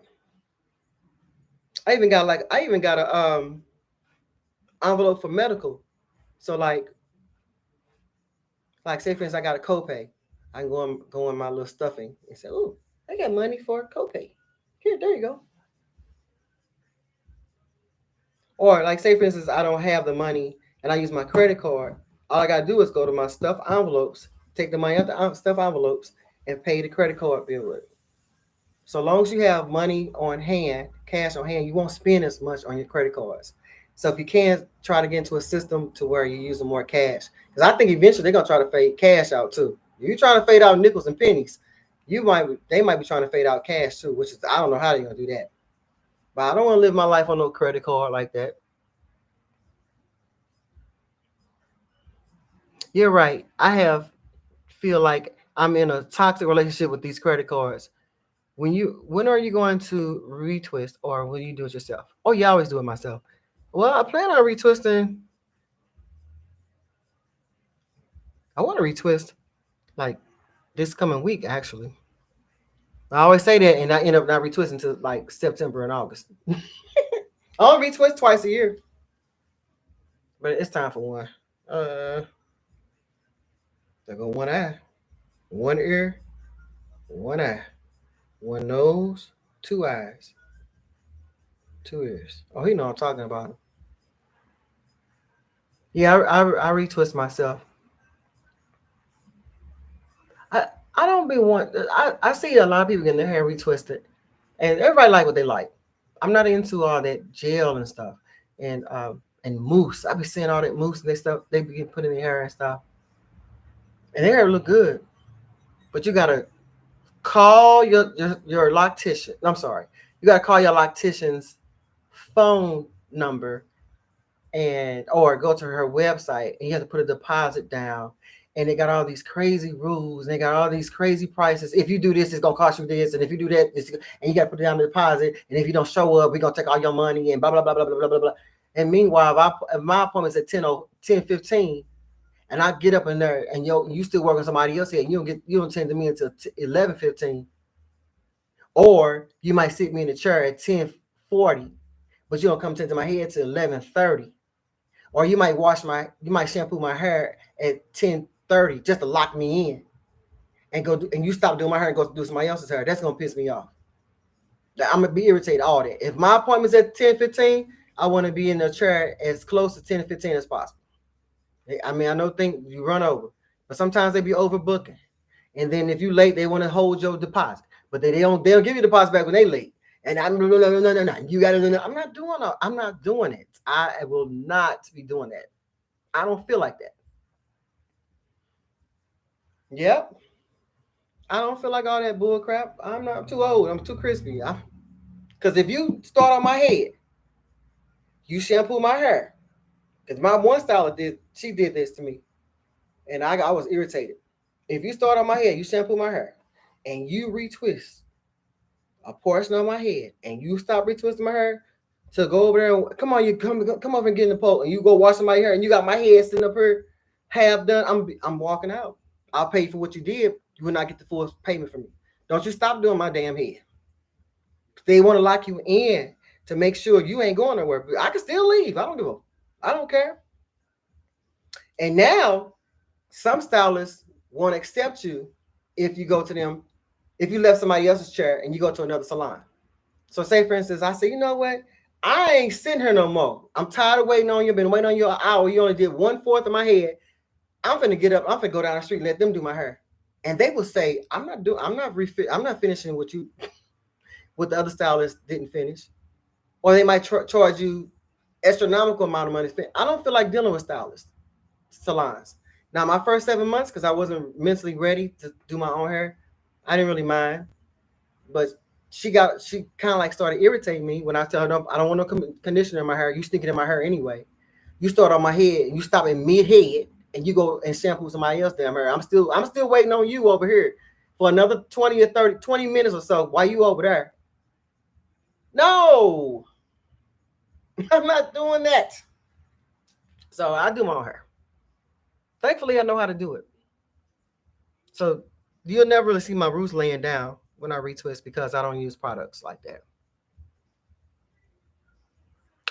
Yes, that's the truth. The stylists are like car mechanics. They don't like going behind each other, and I don't blame them. I don't blame them on that.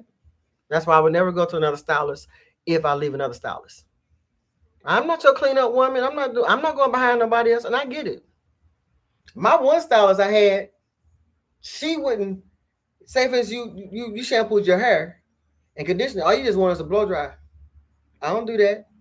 I don't just blow dry. I need to shampoo your hair. Now they don't even shampoo your damn hair. You got to come there with your hair already shampooed in some salons. I mean, it's too much. So I just don't do it. But I said this in one video. This is like back in 2012. My hair had grown out. It was still damaged. It was still red on the ends. And anyway, I had grown my hair out so well to where when I got to the stylist, this one lady looked at my hair. She said, "Ooh, girl, you all," and which is she was not lying. She said, all your patrons that sit in your chair, they all got long hair, long, beautiful. You grow out everybody hair." And I started to say, and I said it in the video, I started to say, "Girl, I did this to my damn hair. She didn't do this shit. She didn't do it. You think that lady, do you think my stylist didn't say, baby?" She was like, "Thank you. Girl, you know you didn't get my hair to grow like this. I did this." Well, I didn't want to bust out like that. Now, that's when I was in my 40s. 50s, everybody can get. Girl, you know you didn't do my hair. You know I grew my own hair like this. You know I did it. Telling you, when you turn your 50s, you be like, "I wish a sucker would." You automatically got, what? You automatically got an attitude like, "I wish you would." Now that I'm 55, I'm really like that now. Like, they be like, "You need to watch what you say." I don't know. I watch nothing. I've been on this earth 55 years. You watch what you say to me, you won't get what I'm giving you. But that lady, she took all my little credit. My stylist took the credit. I just let her shine off my stuff. Yeah, that's true. The stylists are like, yeah, okay, you already said that. So yeah. Anyway, guys, I'm just on here talking crap. I'm talking to myself. This is what YouTubers do. They sit here, look into a camera, and talk to themselves. And hope like hell you sit there and listen to them talk to themselves the whole video. That's what's cool about being on a live stream. I can't hear you, but I can actually see what you're telling me live. What y'all laughing at? Little laughy faces. Y'all so silly. Y'all so silly. But can you imagine being a YouTuber? You in this room all by yourself, talking your ass off. Ain't nobody in the room but you. Baby, I can talk. I was born and raised as an only child. I will talk your ass to the grave by myself. I was telling somebody the other day I had like 12 or 15 baby dolls. I used to put them all in my bed and talk to every last one of them. I ain't need nobody. It's called the only child syndrome. It's called the only children are weird as hell. They can make friends with anybody. Don't you be lonely staying by yourself? Nope. Don't you want somebody to live with you? Nope. Don't you want to talk to somebody? Nope. I'm okay. I've learned to be by myself. If I want to be around people, I'll go be around people. But I ain't gotta talk to nobody every day. I'm just as. Oh, my mother said, she used to say, "Go outside." I said, "Go outside for what? Go outside and play with the kids." What kids? There are kids out there. Go make friends with the kids. I don't want to talk. I don't want to play with them. She used to hate it. I'd be in my room, my own little zone, just talking. Who are you talking to? I'm talking to myself. I'm talking to my baby dolls. I'm talking to my imaginary friend. So me sitting here talking in the camera by myself, easy. Easy peasy, mac and cheesy. I know I'm weird. I'm weird. I'm weird, guys. But that's the beauty about being somebody who grew up by her damn self. No, I don't need no sisters, brothers, and kids, and I don't need people around me like that every day. As a matter of fact, I can't wait to go home so I can be by myself. I just hate that though. Go outside. No, I don't like them motherfuckers. You don't even know them. So what? I got all these baby dolls. They are here with me now. And I will sit there and I'll braid all the hair up. That's how I learned how to do hair, like braiding and flat twisting and cornrowing. And I don't know how I learned that. I'm a visual person, so maybe I've seen somebody do it. 8, 9 years old, had all the hair plaited to the back. I used to do the little waffle, like cornrow their hair and look like a little waffle and stuff. Somebody would say, "Who taught you how to braid?" I said, "I have no idea. But leave me alone now. Let me go and play with my baby dolls." And then one day, I was pretending like I was giving birth to one of them babies. I remember laying under under the dining room table, laying on the chairs, and my mother happened to see me. She came in the room, and I remember putting the baby up under my shirt and pushing the baby out, my baby doll, and I grabbed a hold to her, and I was rocking her and stuff. I was pretending the baby's crying, like, "Where?" My mother said, "What are you doing?" I said, "I just had a baby." She said, "Babies don't come out of there." She said, "Where do you think babies come from?" I said, "They come out your stomach." She said, "Nope, babies don't come out your stomach." So I'm baffled now. I said, "Where do babies come from?" She said, "Come out your vagina." So, oh! Baby, I threw every last one of them baby dolls away.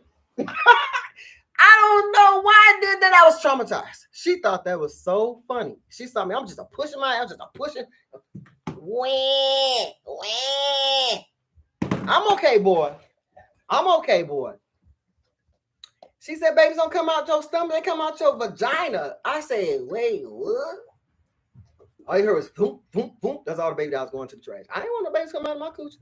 And then I went to when I was in the 12th grade, my high school had like a class to teach you about venereal diseases and pregnancy and how things work. I remember sitting there as a 16, 17-year-old kid, because I graduated 17. I'm sitting there looking like, turn off. I was like, I don't want to see no baby come out of my cootie mama like that. I didn't want that. Hi, Nate. Hi, baby. Yeah, that's the truth. Yep. No. So they were like, "Why you ain't have one of them babies? You see what you got to go through? Go there. I didn't want that." So they are. Yeah. So in the end, I know how to talk to myself and be okay with it. And I keep a puppy dog around just for companionship, just to hear somebody running around. Other than that, if I can not have a dog, I would do that too. But I think that's just too much. Got to have somebody making noise around here. How many kids you guys got? And do you plan on having more? Hi, Robin. Hi, Nezi. I'm the only child too. You got children, Robin? How many kids do you guys have? And then I'm gonna ask you another question after that. How many kids you guys got? I just said 0. Girl, that is a nice little goose egg. Robin has 2 children. All right. So my next question is, do you like being a mommy? Some moms be like, "Oh, it's all right." Keisha says, "I'm not the only child, but I don't have children." Okay. Nate says, "Back in the 2000s, we had those electronic baby dolls. Our high school made us care for." Oh, what was that like? What was that like? Do you I'm the only. Oh, see, Nate says she's the only child with no children. Is that an only child thing? Robert says, "I love it. They're grown now." All right. So we got one mommy in the house who loves being a mom. I love it. I love seeing moms love and care for children. It is a wonderful, refreshing thing. I don't like seeing them being mean to the babies. I remember my mother said when I was a 2-year-old baby, baby 2-year-olds, they will fall out and do their own little thing. And so she said I fell out on her only twice in my life. But the other time I fell out at home, the other time I fell out at the grocery store. And my mom had me at 18. So you know how 18-year-old mamas, they don't play with you. That and she was telling me about this, and she was calling me that baby as if I was a third person in the room. She said that baby fell out. I think she said I wanted something because hi Sarah, hey, one that was enough, and he's 32. I'm loving. I'm 4 and out of 6. Oh, she gave me a whole rundown. Thank you, Sarah Boo, baby. I'm good, good. I'm glad you have one child, at least one. A lot of people think you should have at least one. It's scary out here having children today. They says that fake baby would cry in the early morning. Oh my goodness. Mm-mm. Man, I've been to fail. I would been to fail that class because that baby be in the trash can. No, be your ass quiet. He said these new parents. Well, I'm in Alabama, and some of them younger ladies be cussing out the kids. Not all of them, but I see it. I see a lot here. They frustrated. You're a young woman and you having babies early. What you supposed to have them early? They want to go. They don't want to be tied down with those babies, so they be mean, which is very horrible. But anyway, she said, yeah, that baby was at that grocery store and she fell out because she couldn't get something. I guess it was some candy or something. And she said, guess what? I beat them baby legs. I sure did. I beat that baby legs, and she realized, oh, I better get off the floor because my mom beat my legs. And she said, I got up off that floor after a while, realizing I'm supposed to be down there. And she said, when I finally got up and she got me together, she looked around. She said, everybody else that was in the other lines looking at her like this. And she said, she was looking at them like, and did. She was looking like, so. She didn't say and did because, that wasn't popping back then. But she said she was looking at, and she said she got that baby and put it in the car and she had no problems out of her. I ain't fell out no more since then. She said, you never fell out ever again after that. She said, you're going to embarrass me, I'm going to embarrass you. Yep. Keisha says, Nay, we have fake baby. Okay, I read that. So Nay says, I'm 36, but I haven't found a man decent enough to bring in an offspring. But let me tell you something, Nay. Let me tell you something. If you want that baby, have your baby. Just find you a donor. Get what you want. Hopefully you ain't got to deal with this stupid ass. But if you want the baby, because that's what a lot of women do. A lot of women choose to have babies by these men, and they don't expect nothing from them. They just wanted the baby. So I learned that from Madonna. She was one of them because she has beautiful children by these beautiful men. She just wanted their looks. A lot of women go for their looks, and they go for the certain qualities they have. I want my baby to have that quality. You go on. I don't. So, yep. So if you want a baby, just get it. I asked my mother how come she never filed child support against my father. She said, I ain't need him. She just didn't want to deal with my father. So she said she didn't need it. She didn't want to deal with it, and she didn't. She never talked bad. Well, yes, she did. But she never said anything about needing money for him or anything. I never saw her in a struggle. Our lights were never turned off. And so she was good with just having me. But I remember I told her, because a lot of kids say this, I said, I ain't asked to be here. And you know what that cow told me? Yeah, I'm calling my mama cow. She said, I ain't asked for you either. Because if babies, she said, because had you been born in 1970, I was born in 69. Abortions weren't legal in 69. Had they been, which I don't know if she would have actually done this. But anyway, she said, had abortions been legal in 69, you wouldn't be here. So don't tell me you didn't ask for me. Because I ain't asked for your ass either. I said, okay. And I ain't never said that to her no more. My mother was rough. And people wonder where I get my little personality from. My mother was rough. She passed away in 2012. Yeah. Oh, Sarah says, my son doesn't have any and said he doesn't want to bring any into the world the way things are. And that's something to think about, Sarah. You don't think about that. If you are a mother and you only have one child and your one child doesn't have any children, that's it. The bloodline has ended. And a lot of people want their bloodline to go on. So like after I die, that's it. It was just me and my mother. because I didn't have any children. She didn't have any more children. That's it. But a lot of people don't care about that. Who, when I die, who cares what happens after I die? Who cares? But that's something to think about. If you are a person who has one child, and if something happens to your child that they can't reproduce children, or if they pass away, what do you, you don't have anybody all over again. So that's something to think about. Yeah. Nate says, get the baby and throw the man away. I think my mom wants me to do that. Look at these guys out here. Are they even, not all of them, are they even worth the hassle sometimes? I'm filing child support. No, don't file child support on unless you really want to. If you want the baby, don't be trying to go after him like that. You know he ain't nothing when you chose him. You know he'll do. You know he ain't about nothing. So don't be trying to go after him after you have this baby. Just get the baby and move away. But you might run into a guy who wants to be a part of the child's life, which is a plus. Yeah. Keisha says, I didn't want to be a single parent. That influenced my decision early on, but I may adopt. And that's a good option. That's a good option. There's a lot of children out here that needs a really loving home. Kiki, ooh, your mama said that. Yeah, my mom was a booger. You think I say stuff? She used to tell me, "Oh, I'm the original, little Miss Gilliam. I'm the original," because she saw a lot of me in her. I don't know what you trying to do, but I'm the original. My mother was something else. She was not a sugarcoater.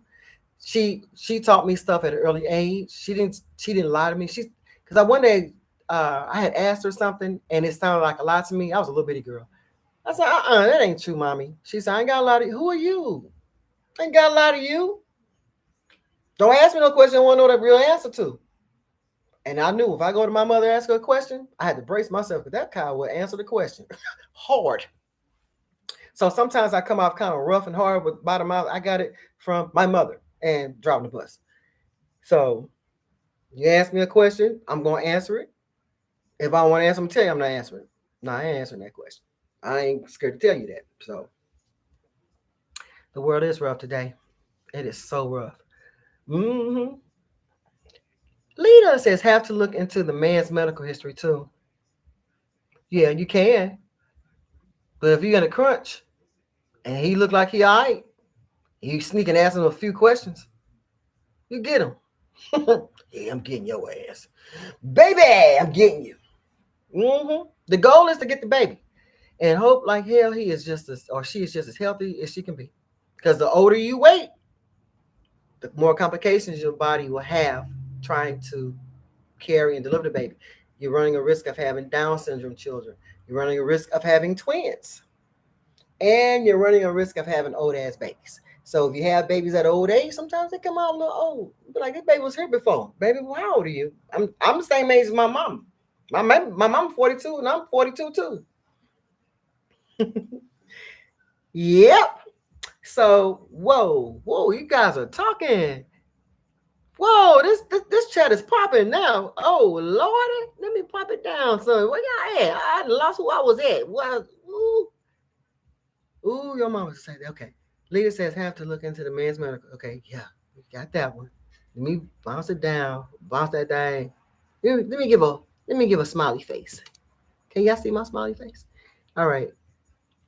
My mama didn't lie. She said, I'm gonna raise you as if I was to die today. And she did. She said, I'm not having no more kids. Only to tell me later on when I got to be an adult. She said, I should have had at least one more child because you were a complete asshole. Well, mother, you created this. Don't blame me. This is you. You did this. They always want to blame the kid. No, this who you chose to have me by this man. Don't blame me for nothing. I ain't asked to be here. Like you told me, well, I ain't asked for you to be here either. All right. Sarah says, yep, but I don't sweat it. I live my life and the choice is his. All right. All right, girl. Night, Nezi. Night, bye, Farrah. I don't know what time it is where you are, girl. Have a good night. I'll see you again. Keisha says, my friend is older. He said a lot of women back in the day didn't want all them kids, but they had them because they didn't have options. There you go. And when they couldn't find options, Guess what they did? They would make themselves fall down steps to miscarry, or they would use hangers. That was popping back in the 60s and the 50s when I was back then before abortions were legal. They didn't become legal until 1970. So I remember my mother said, I ain't asking you either. If abortions were legal in 69, you wouldn't be here. I was like, oh, stinking Buddha woman. All right, I got you. Ooh. God, I got back up. Y'all, oh, wow. Yeah, they didn't have a lot of options. Kiki's laughing. Girl, what you laughing at, Kiki baby? What you laughing at, huh? You know Nezi be on her acting bad. Sarah says, my childbirth was a rough 15 hours. And I knew that the childbearing wasn't my calling. She knew then she was not doing that again. Childbirth ain't for everybody, baby. And I've talked to a few women. They say they have seen angels. One girl said she crossed death 9 times trying to push that baby out her cootie mama, and turned around and had more babies. But anyway, they said once you had the babies, you forget all about that. You don't. It's all worth it. Yeah, but your stuff is dragging on the ground like pancakes, baby. Yes. Nay said to Sarah, you were meant to be a mom. God bless you. Nay is always a sweetie pie. Nay always says the sweetest things. And then she fussed at me because I want to take the rubber band off of my baby. But she off now. I took the rubber band off, Nay. Don't fuss at me no more. That is so sweet. Yeah, you were meant to be a mom. Because you are here with your son. It's awesome. So, okay, Keisha says, yeah, and these fibroids have been an issue for a lot of women. I was one of them. I got snatched and vacated in May 4th, 2009. That's one of my popular videos on my channel, talking about my fibroids and my surgery. Oh, Sarah says, Nate, thank you. I had a C-section after all that. Oh, wow. Well, she got a high five up there, so it must have saved her. Good for you, Sarah. She said, never, and with them old folks say, never again. Never again. And she meant that. Oh, no. Oh, Lord, wait, I didn't know that twins are most likely when you get older. Yeah. Yeah, you run the risk of having twins. And you don't want to run the risk of having twins and Down syndrome. But I heard on the news recently that studies are showing that a lot of mommies are having their children in their 40s. So today's medicine and technology, you can have babies in your 40s. It's still risky, but it's way better today than it was 20, 30, 40 years ago. They did not want you to have babies at that age back there. But today's modern technology, you got to go to the doctor more often and stuff too. Yep. Keisha says, yep, I remember hearing hanger stories. Yes, that was a thing. Women was determined to terminate those children, and they were dying. Some of them were dying. They bled to death. Adrian, girl, what you laughing at? Keisha says childbearing is the closest to death the woman can experience. I heard it is. We had a natural hair YouTube. Her name was Dawn. I used to love her videos. And Dawn already had a child. She had a boy, I think. And she got pregnant again. And she used to do natural hair videos online with her big baby belly. And you should have seen, we were devastated to find out that she had died having her baby. I think her family member or her husband at the time posted a video. I don't think he said it. I wonder. Well, anyway, they posted a video saying that she had died, giving birth. And did the baby survive? I can't remember. I want to say the baby died too. Guys, that's another thing. Some hospitals, if they are, what's it called? Not Christian. Whatever it is, I can't think of the term right now. If you go to those kind of hospitals, if they had to have a choice between you and the baby dying through childbirth, they're going to choose the baby. Well, that's what they did back in the day. I don't know about today, but back in the day, if the child was under distress and it can die, or the mom was under distress and she can die, they would make the decision, well, you lived your life already, mother. We're going to let you die and let this baby live. I thought that was bizarre. Who are you to decide who lives or die? It seemed like it should be the spouse, the husband, or the family, not you. Because sometimes they have to make a decision. Who we going to let live? Mom lived already. You can just let her die. Well, if you let the baby die, the mom can have another baby later on. She never knew the baby anyway. Of course, she's going to be heartbroken that she lost her child, but she can live another day to have another child, or adopt, or whatever the case may be. Yes.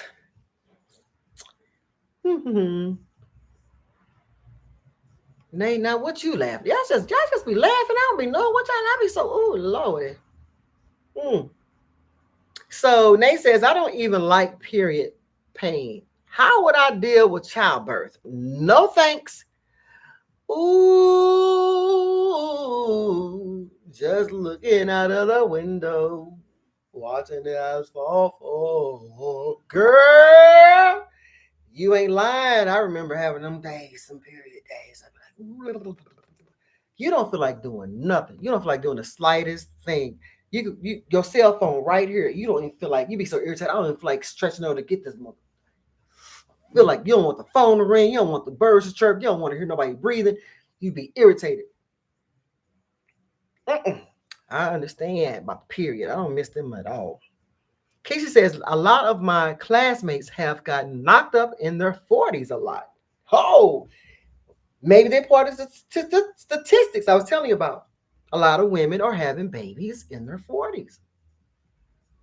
Adrian says, you said your stuff would be dragging on the floor like pancakes. Oh, yeah. I don't.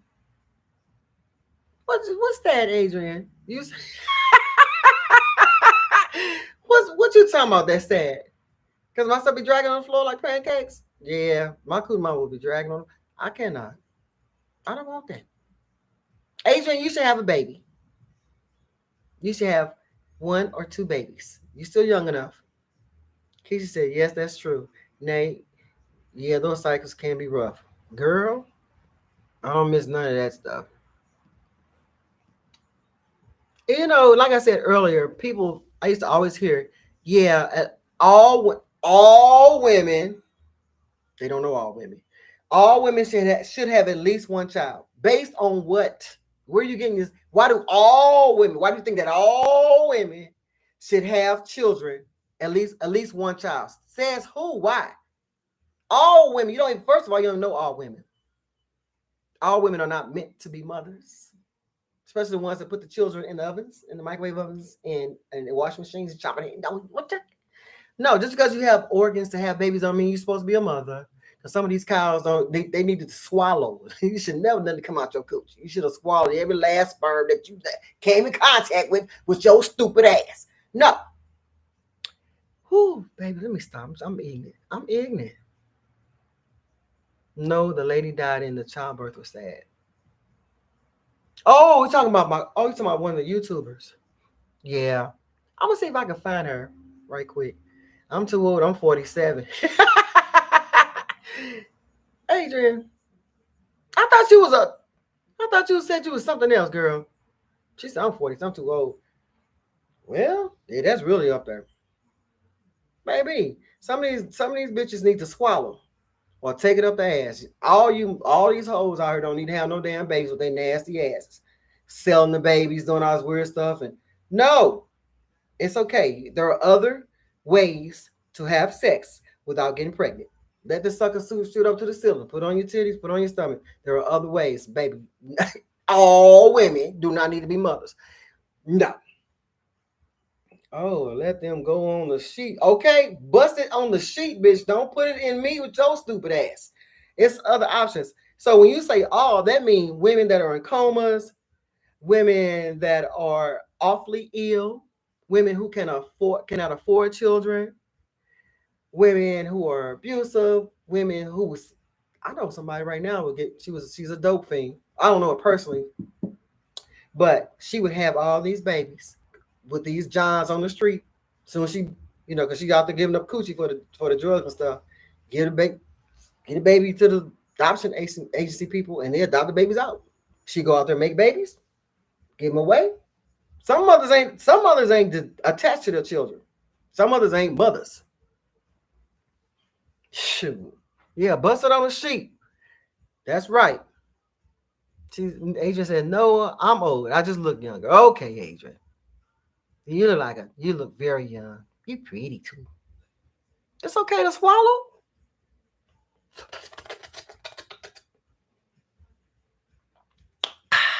And push it out your ass when you go to the toilet. Oh, there go baby Jimmy. Oh, hi Jimmy, and flush him down the toilet. You don't need to be a mother. Everybody ain't designed to be no mother. This one girl told me a long time, I think that all men should have a car. You mean the men that are blind? You think that he should be driving with his blind ass? You think the blind should be driving? No, you know what I'm saying. No, I don't know what you're saying. You can't use the word all. Everybody's not built to be a driver. There are some men who don't want to drive. Some men don't need to drive. Shoot. Stop saying all. But I think, who cares about your stupid thoughts? F your thoughts. Sarah says, I have a great nephew who's one that came here, baby. I'm gonna read whatever. I'm gonna read this all over again. Oh, here we go. I have a great nephew who's one that came her with the assistance of a doula. They didn't trust going to the hospital. Okay. So you had a great nephew that came here with the assistance of a doula. I know. And that's sad too, because they're saying the statistics shows that Black mommies have a high chance of not making it through childbirth because of the hospitals. What are y'all laughing at? Y'all so silly. So a lot of Black moms now are going to Black nurses and going to Black doctors that they feel secure with. So later, not little Jimmy in the toilet. Poor little Jimmy in the toilet, baby. Swallow, push him out in the toilet. Don't hurt your kid. Don't let him be here with your stupid ass. A doula helped me with the birth of my great nephew. I mean, not helped you, but help. They said doulas are very nice to have. So if you guys don't know what a doula is, I think she's like not a side nurse, a nurse that will be there for you personally through thick and thin. They are your ride or dies through the whole time of giving birth. I think that's what a doula is. I saw a doula with what's that crazy girl name? She thinks she can beat up everybody on Love and Hip Hop. She is bad though. Stevie's ex-wife. I can't think of her. Not Vaseline. Jocelyn. Girls great. Call her Vaseline. Jocelyn. And that was the first time I saw a doula. Ney said in the 80s there was a crack epidemic where a lot of babies were born premature and died. There you go. Should they have been a mother? No. So when you say all, that means that all women supposed to have babies because you think they should have them. No. I think babies are for people who want them, who know they're going to try to take the best care of them as possible. Not just say, well, you need to have a baby. You need that. For what? No.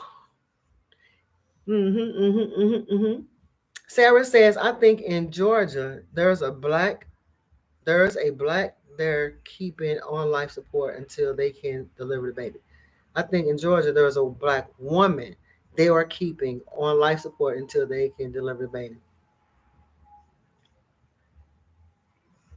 Yeah, they're saying that. But check this out, guys. Let's talk about this real quick. So I found out, which I never thought about this. Do you know that an organ donor needs to be alive in order to get those organs? So when the doctors say to you oh, you need to pull the plug because this person is brain dead. And you say, no, I'm not doing that. What they want to tell you is, we just want his organs because we know he ain't coming back to life. There's no chance. They want the organs. So they'll keep you alive. They'll keep you alive until they can get your organs. I thought you can get organs from dead people, but the organs they need it from people that are alive. So that's why they be like, It could be because some of these moms are in comas in nursing homes and in nursing facilities, and you got these old nasty do nothing ass men like the maintenance man or maybe a PCT. Sorry about that. A patient care tech or possibly a doctor. Go in there in the middle of the night while your loved one is in a coma. You thinking your loved one is safe. She's vulnerable by herself. And you got these old nasty dick slinging ass men creeping in the bedroom while the hallways are calm and having sex with your comatose loved one. And all of a sudden she's pregnant. And you're like, I think this patient is pregnant. How did she get pregnant? She's been in a coma for the last 4 months or the last 8 months. That has happened so many times, guys. That's why people are afraid to go to the hospitals, because once you go there, you don't know what's going to happen to your ass while you're there. So should she have had a baby while she was in a coma? No, and they can hear you. A lot of those comatose patients can hear you. They just can't say anything.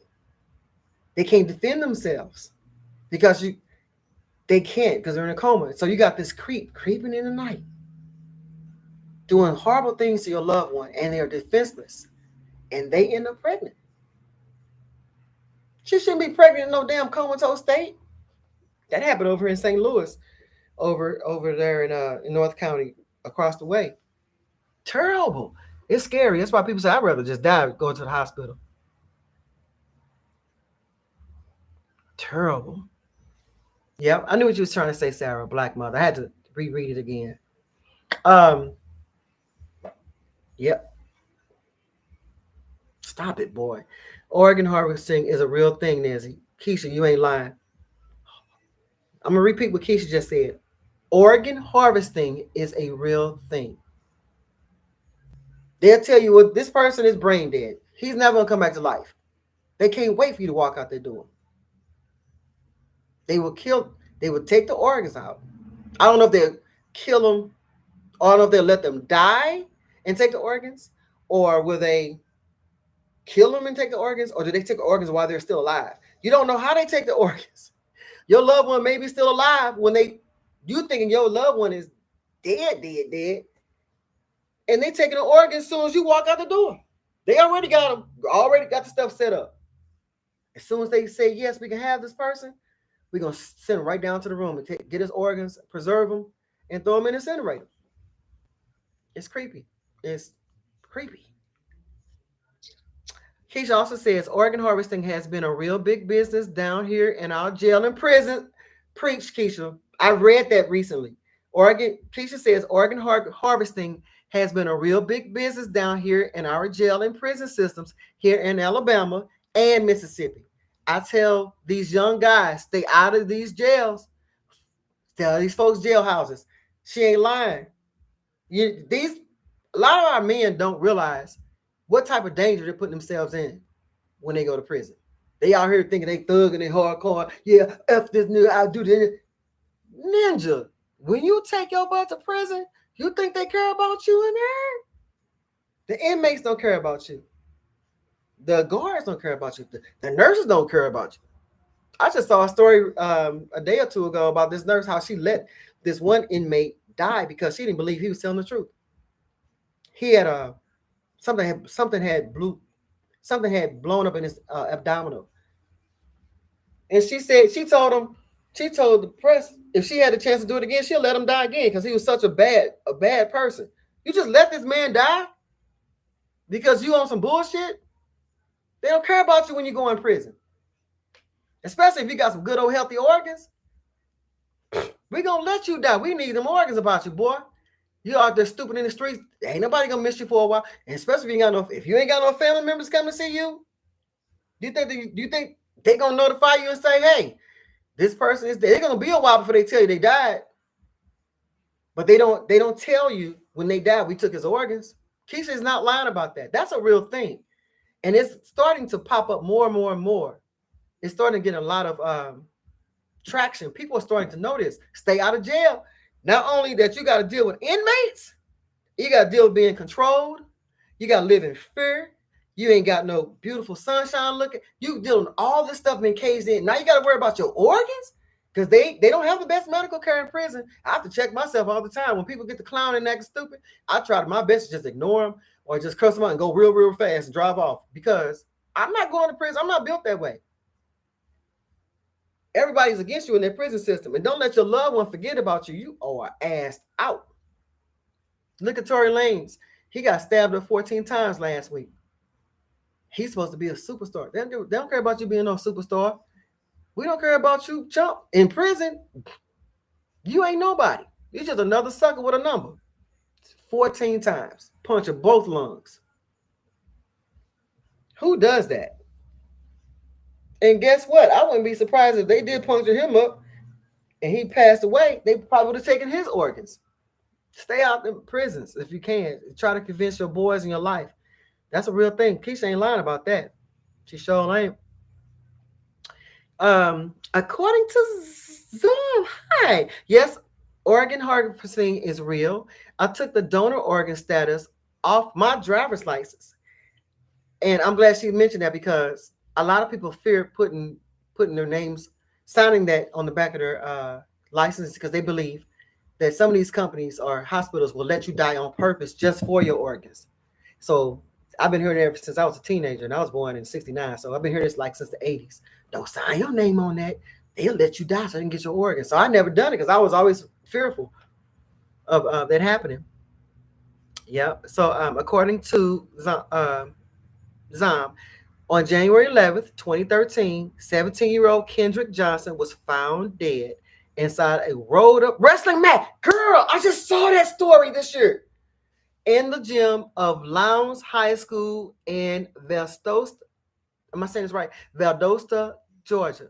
His organs were missing. I saw this story. The person who did it did not get convicted either. They got away with that. It was another teenager that killed him. Yeah, so they took his organs, and the family didn't even know, if I remember right, they didn't even know his organs were taken. Keisha says they don't understand that they become the property of the state, and they can do whatever they want to do. They can do whatever they want to you if they're mad with you. Lita says, yep, I didn't know that they were doing that to prisoners here in Alabama. They have rights too. Yes. Yes, they have rights too. Although they have done something wrong in society, they still supposed to be treated fairly. Yeah, murderers, rapists, they supposed to be treated fairly and respect. You don't just let them die. But those prisoners, those prison guards, those prison nurses, you shouldn't be in here anyway. Forget you. Ain't nobody gonna notice you gone for a while. All those stuff that you be seeing those documentaries when prisons be saying, "Hey, it's bad in here. They let my fellow inmate die." They ain't lying. They are absolutely afraid to be in there. But once you go there, it's hard to get out. They ain't gonna just let you out like that. It's hard. Don't go in there. I have to check myself. I don't want to go to nobody's prison because it's scary. It's scary. I don't want to go there. I'd just rather stay in St. Louis and get dead because, baby, they're killing everybody over in St. Louis. I'd rather be outside in my own neighborhood or whatever I am and die. I heard. That's crazy. Lita says, yep, I didn't know. Okay. So Keisha says, oh, yeah, I forgot about Tory. Did they give an update yet? No, I haven't seen one lately. I need to look it up. Now the update I did get like after that day was that Megan Thee Stallion's fans went to that inmate that stabbed Tory and put money on his books. So people are upset about that. And they also think that somebody put a hit out on Tory inside of there too. I do need to do a follow up. Megan said, and Tory wasn't one that shot her. It was her friend. What's her name? Brittany, whatever her name is. She was in the car with her security guard, and they were wrestling over the gun, and the gun fired off and shot her twice in the feet. So that came out after Tory was stabbed up. So you mean to tell me if that? Oh, and she was afraid to come forward and admit that he didn't do it. Y'all just saying it because the guy almost got killed. I don't know. It's crazy. Whoa. Okay, hold up. Go down outside.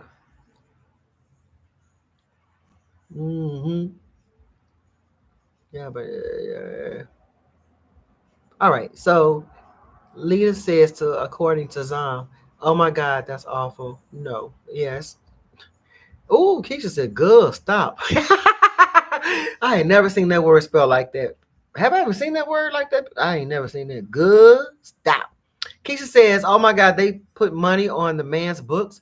That's what they said in these YouTube streets. They think Megan has something to do with him doing that. But the guy's he's a natural killer. He got some bodies up on him while he was in prison. He's just a killer. So I don't know. They're trying to say that maybe he should have been taken out of Tory should have been taken out of general population and put in a safe place. No, you're a prisoner. They don't care about you like that. Once you go back there, all that fame and fortune, they don't care about you. What are you doing? Get over here. He does stuff to get my attention. You better not be doing nothing stupid. Y'all tell me if I see him doing something stupid.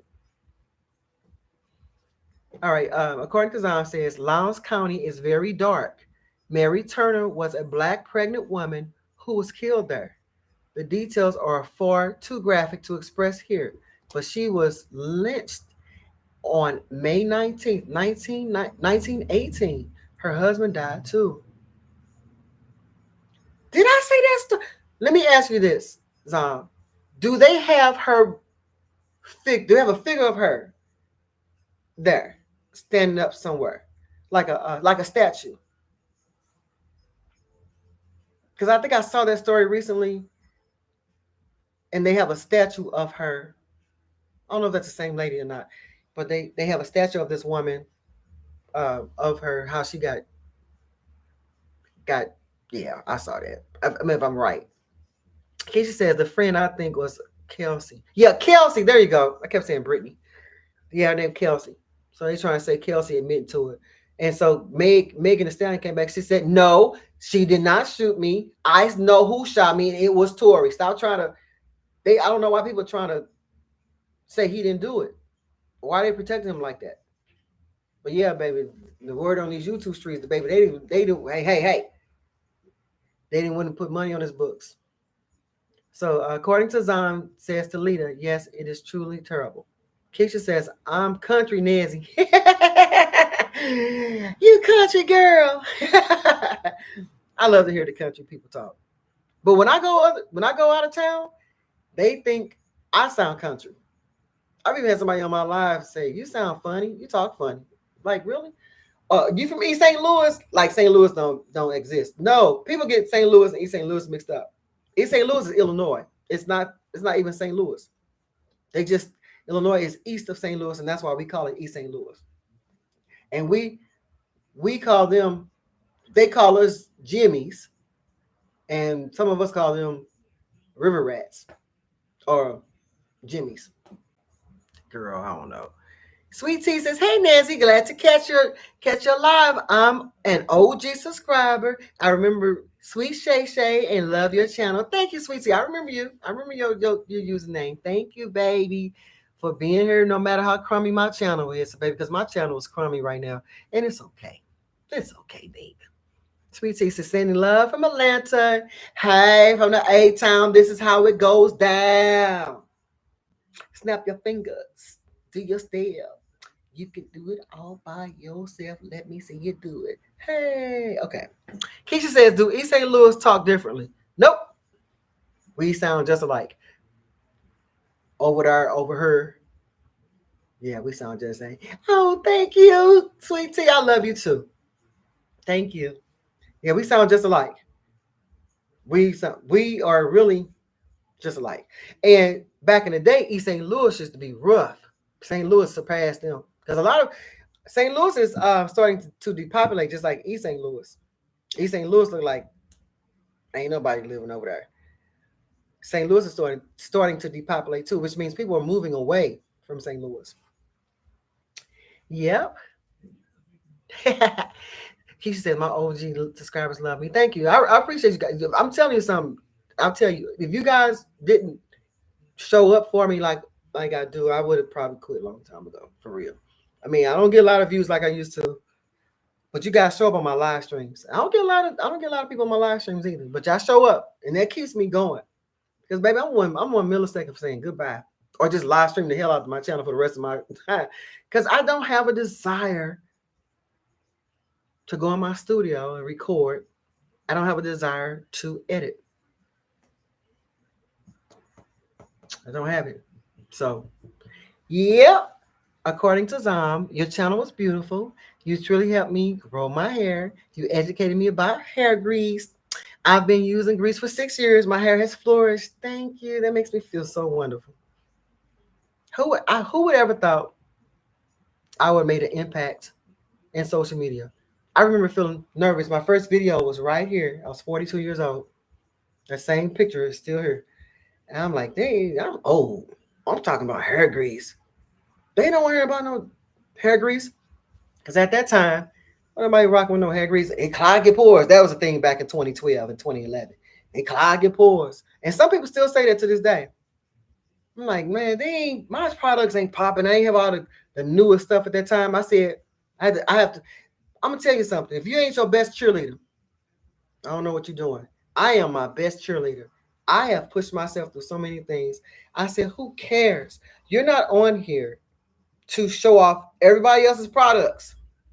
You're on here to show your products and what you're going to do to achieve your goal to become waistline and have healthy hair.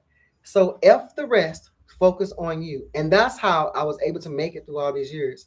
So what? You're focusing on you. So what? Your views are low. So what? You're not getting subscribers. You will. If you don't, it's okay. Your goal is to grow your hair. Not realizing that I had become an influencer to help other people. When I came on YouTube to grow my hair and show y'all how I'm doing it. Not realizing that what I was doing, through trial and error, that I was helping other people. I'm like, I am a baby influencer. But if it wasn't for you guys, I probably wouldn't be. Honestly, I wouldn't be here. Oh, I'm back. Oh, Farrah says I'm back. Girl, where you been? I almost choked when you said river rats. I was drinking water, baby. And we cousins. We actually family. I don't know why East St. Louis want to call us Jimmies and we call them river rats and us because they stay across the river. It's crazy. We are the same people. We talk the same. We got the same kind of violence. I think St. Louis passed them up now, though. St. Louis is rough. Keisha says, it may be easier just to do the live streams, and that's okay. I know, right? You're right. That's okay. I'm gonna try real hard. And like I said, I'm gonna make it to December and make my decision from December. And I might. We'll see. Sweet Tea says, we are always here, even if we are silent. You made me okay with being a greasy baby. She's a greasy baby. Well, thank you. Blue Magic still rocks and dacks. It sure does. Sweet Tea says, Blue Magic, yes.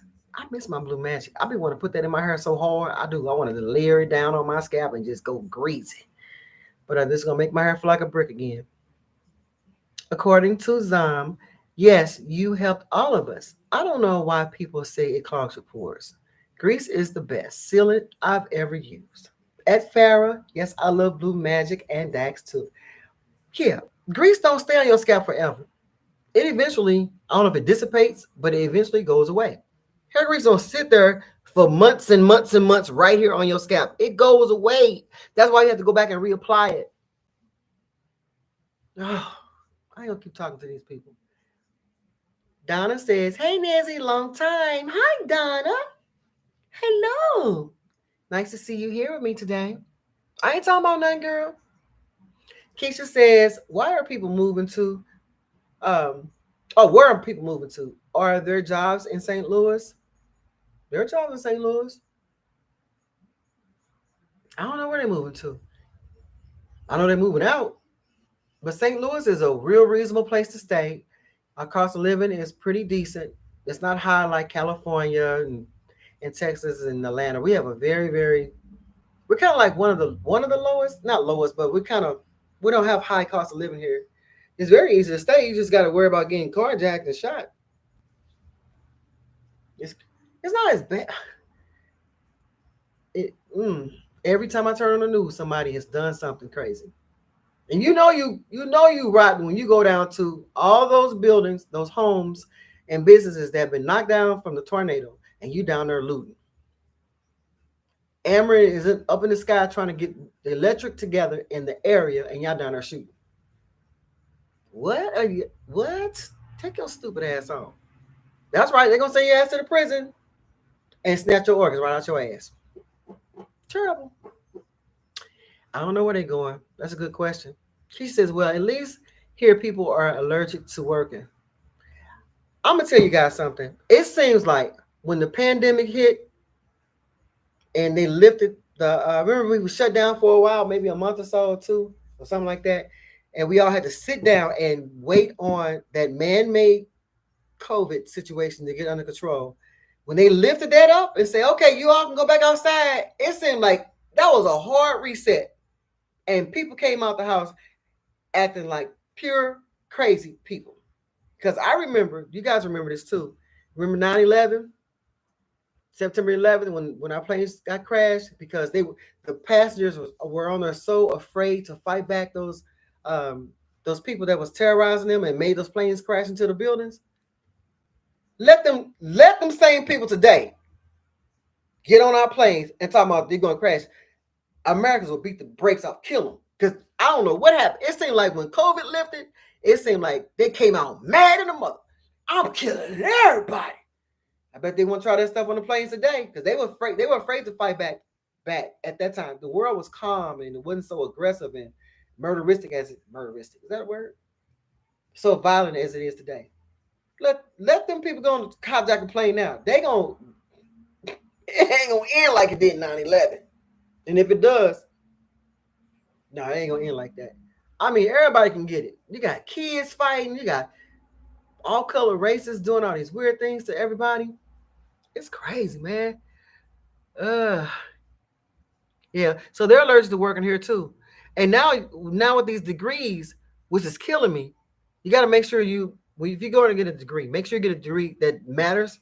Because even with your degree, you still ain't making no money when you come out of school. They don't want to pay for one thing. They want everything to go up, but these jobs don't want to pay. They don't want to give you no good pay. And you go to school and get a degree, and you come out making less than $20 an hour? Like, wait, what? So make sure your field is paying well. Farrah says New York is expensive. I can see that. I can see that. They say a lot of New Yorkers don't even have cars. There's so many people down there and stuff. They just walk. Keisha says that's why I don't carry cash a little bit. Oh, that's why I don't carry cash. It's a little bit rough in parts of Alabama too. I think it's worldwide. I think not everybody. I think in most states, it's just, I don't know if there is a safe state. You know how they have the safest states? I think everybody is feeling it. Hi, Andy. Welcome. Girl, I can't believe I've been here for 2 hours and 20 minutes. What am I talking about? Sweet Tea says they are still moving to Atlanta.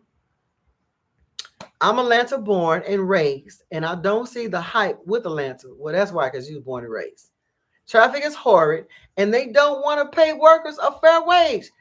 Welcome to America. I think it's like that all the way across the board almost. I don't know what it is about this. I don't know what happened. We got a hard shift when COVID lifted. Sweet Tea says, yes, get a good degree that matters. Farrah says they want you to work overtime. Yes, they do. They want you to work overtime, mandatory overtime, and do 2 or 3 jobs and still give you the same pay. Because they don't have enough workers. Not my fault. MB says they definitely don't want to pay, but they want to get as much out of you as they can. It's wild. I just said that. See, we're on the same page. They want to drag you and have you doing all this stuff for the same pay. No. If I apply to be a dietitian, I don't want to be a maintenance person too. Well, you got to be a dietitian and you got to do maintenance and you got to go in and make beds. Why am I working with food and I'm making up a bed in the hospital? Like, what you talking about? Keisha says, yes, Sweet Tea, a degree that matters. Farrah says, I walk in New York. Girl, I can see that. When I see the television shows about New York, I'm like, how do you all have cars? Guys, what about these car notes today? Sarah says, a degree that cannot be done by AI or bots requires manpower. Interesting. Baby, Sarah, you are so intelligent. All you girls are so intelligent, and you're bringing up very interesting points. Here's the thing, though. Somebody got to be able to work the AIs and the bots. Still need a humanoid to do that. But I heard that they trying to get AI to make other AIs. Like, how you gonna get an AI to make other AIs? We in trouble. But here's my thing. If you don't need humans to do this stuff, and you start using all these bots and AIs and stuff, and what are you gonna do with the humans? We all just sit at home. Nobody has a job. They laying off like crazy. You still need humans to do some things. The AI can't do everything. I heard on the TV on the YouTube streets the other day that now, if you don't pay your car note, your car can repossess itself. Which means if you don't pay your car note and you're behind, the company can send a message to your AI vehicle to repossess it. And the car would take itself and drive it back to the dealer. You got to be a strong mofo to come up with that idea. How your car repossess itself? Oh, we don't need no tow truck. So now if y'all trying to get rid of the tow truck drivers, if they make cars that can repossess themselves and take themselves back to the dealer, it's going to be crazy. You can't hide nothing. So you're going to get an AI to make another AI. Baby, what is this world coming to? We need humans to do work. AI can't do everything. And everybody getting laid off. If we got all these humans not working, they all at home, what we going to do with all these people around here? Crime rate going to go up high. It's crazy. Uh-oh. I missed some good stuff. Here. Let me bang back down. So Farrah said, I walk in New York. A degree that cannot be done by AI or robots requires manpower. Farrah says, true, Sarah. And then Keisha said, Sarah, that makes a lot of sense. And then Keisha said, yeah, these car notes are crazy. And then Farrah said, people fight over pork. Baby, they fight over anything. According to Zom, this is to Farrah. I don't blame you. I pay $800 a month on my car alone. Ridiculous. They say, and tell me if I'm right, according to Zom, they say that the average car note today is $743 for 7 years. 7 years. I said 7 years. Some people got car notes for 10 years. And the interest rates on these cars today are outlandish. So they got a lot of repossessions out there now. Keisha says, wait, what? Then Farrah says, yes, according to Zom. LOL from Farrah. MB says, I don't know. I'm tired. The workforce is trash now. I'm about to start an OnlyFans page. Just kidding, but still, baby, let me. I should start an OnlyFans page. I don't know what I'll be doing. Just sit there with my udders out. Just sit there with just big old sandbag. Just look at my udders. Shimmy, shimmy. Cocoa Pups.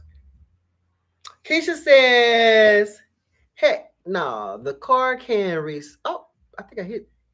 I think I hit the thing. Oh, hold up." Keisha says, "Heck, no, the car can respond. Can it repossess itself? I don't want that car. We hide cars down here." Technology. Cause have you guys seen the self-driving Uber? Is that in Atlanta? There's a self-driving Uber car that's I saw it on TikTok last year. That sucker could come pick you. No driver. Can you imagine? You come outside and get an Uber, ain't no driver. The car will take you where it needs to take you without a driver. That's scary. So if the Uber car can do that, because they trying to really get that going, a car can take itself back to the dealer. It'll repossess itself. Like, what the hell?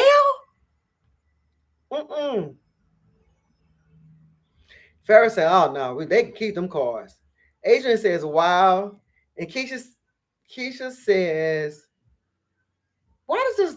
You know what, girl? Stop hitting this button. Like when I hit the button, it jerks up and pass up some comments." Keisha said, "Yes, we need humans to work." Yeah, why you keep laying us off? Post office, Amazon, government. They're laying off masses of people. What are we gonna do with our people? They need money to feed their families and children. They need money to live off of. And then y'all, they finna cut the hell out of Section 8. If you ain't got yourself together in 2 years, you're gonna be in trouble. They stopping a lot of stuff, guys. So yeah, we do need humans to work. According to Design says it's entirely too much going on. The incomes is not on par with the cost of living. They still want to pay you 17, 18, 19, $20 an hour, but your rent is 12, 13, 14. It's a baby girl I watch on I watch her cash stuffing envelope system, and she pays $22.90 something for her apartment. This baby, she young white woman. She ain't that young. She's like 41. She makes a lot of money, but she has to because she has a high overhead. I said almost $2,300 for rent. Whoa! I can't afford that. So you got people out here buying cars that's paying $2,000 a month on car notes. I said, oh my God. I'm gonna tell y'all something else too. I may have said this in the previous live stream, but just in case I did, I'm gonna say it anyway. So a lot of today's thing is to buy brand new houses built from the ground up. So when you go out and pick your land, you say, oh, okay, I like this lot. I want this lot for you to put my new house on there.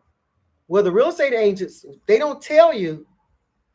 They'll tell you how much the loan company will tell you how much your house note will be. Your house note, always go for a fixed loan, a fixed house note mortgage.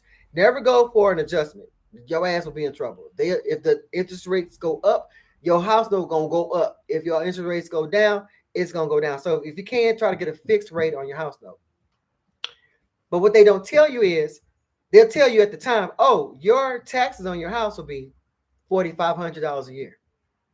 But they don't tell you once you get the house built and put on that land, your house note is going to go skyrocket high because they never did they're including the real estate taxes on the house. So say for instance, I can afford $45 a month. So they're basing your new home on the lot only. $4,500, I can afford so $2,000 for my house note and $2,500 for real estate and insurance. $4,500. You buy the house, you get it put on the land. And then after another year and a half or so, they redo your real estate taxes because your house went up in value. And if your house goes up in value, your homeowner's insurance is going to go up too because it appreciated. So now you get your escrow and you see that your house note is $7,000. Now, mind you, you signed a note for $4,500, so you thought. And then a year and a half or 2 years later, $7,000, $7,500. How my house gonna go from $4,500 to $7,000 or $7,500? Well, they didn't tell you once you put the property on the land that it's gonna go up again. They did the assessment on the lot only. And then when you got the house put on it, they reassessed it. Now you got the lot and the house on top of that. So people losing their houses because they like, wait a minute, I didn't sign up for this. Your house note stays the same, but what makes it go up is the real estate taxes and the insurance. How you gonna be able to afford that? And a lot of these brand new houses, they just throwing them up like hotcakes, just. And then when the dust settles and you in your house, you're looking at how they put the house together with this wood. That's what these houses are, made out of wood and prefab, because it's too expensive to use brick. And you see how stuff is not even, you see how the board's not lined up. You see all these mistakes because they just throwing these houses up real fast because you want a brand new house. It's crazy out here. So the real estate agent is supposed to disclose to you, look, this is how much the house note is going to be without for the land only. For the land only, and this is how much the house note is going to be with the land and the house. These new school part-time real estate agents are not telling you all everything you need to know about this. So you thinking my house is going to be $4,500 every, for the same for 30 years, and then you see like a little increase. Well, okay, that's not bad. Because like me, when I moved to my house in '97, my real estate taxes was $965. My real estate tax now is like, last year was like $2,500. So from 97 to 2024, that's a big gap. But when you buy brand new houses and you buy the land, the lot and the house, your stuff going up instantly, and it's going to skyrocket up from that point on fast. And I've also learned, and I might be wrong, I think I did learn this, that those prefab houses, they depreciate. They don't really hold value that much.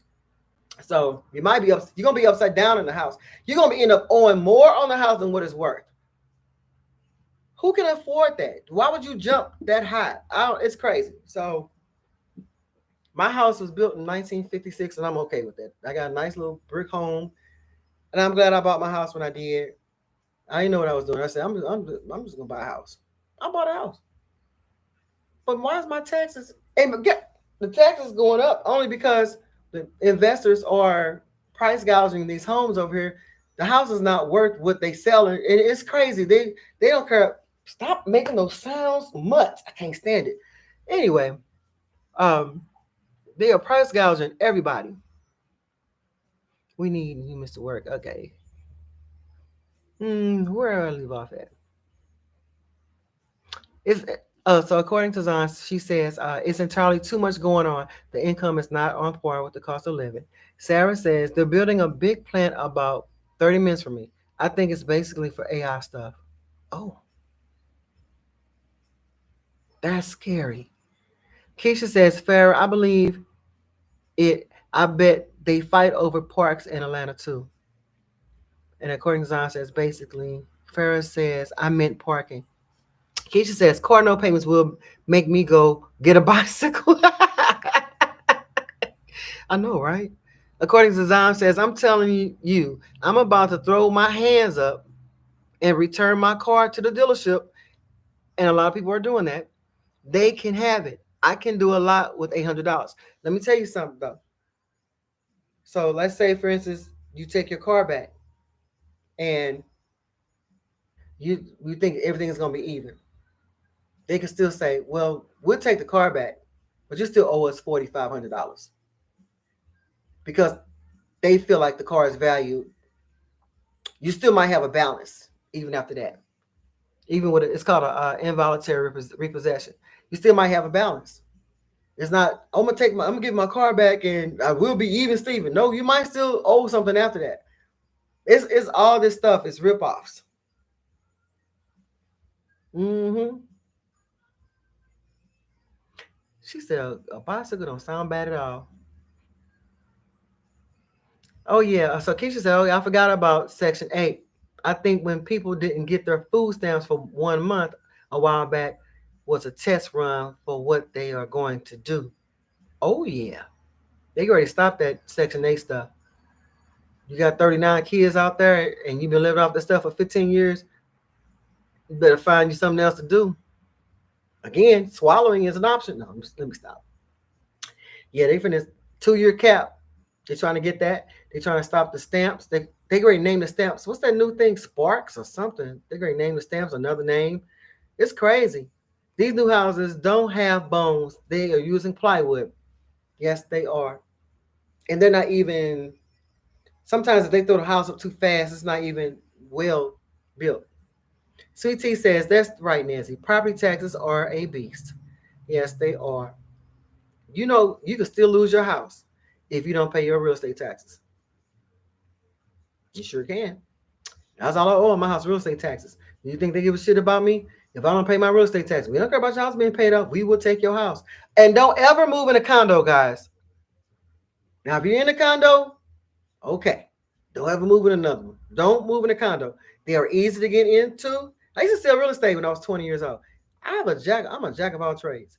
And I remember this one of the senior real estate agents. She was a black woman, baby. She was spicy. She said, don't ever buy no condo. I knew at 20 not to buy a condo.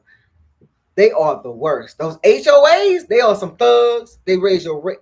You can lose your house messing with the HOA. You ain't bought your house from the HOA.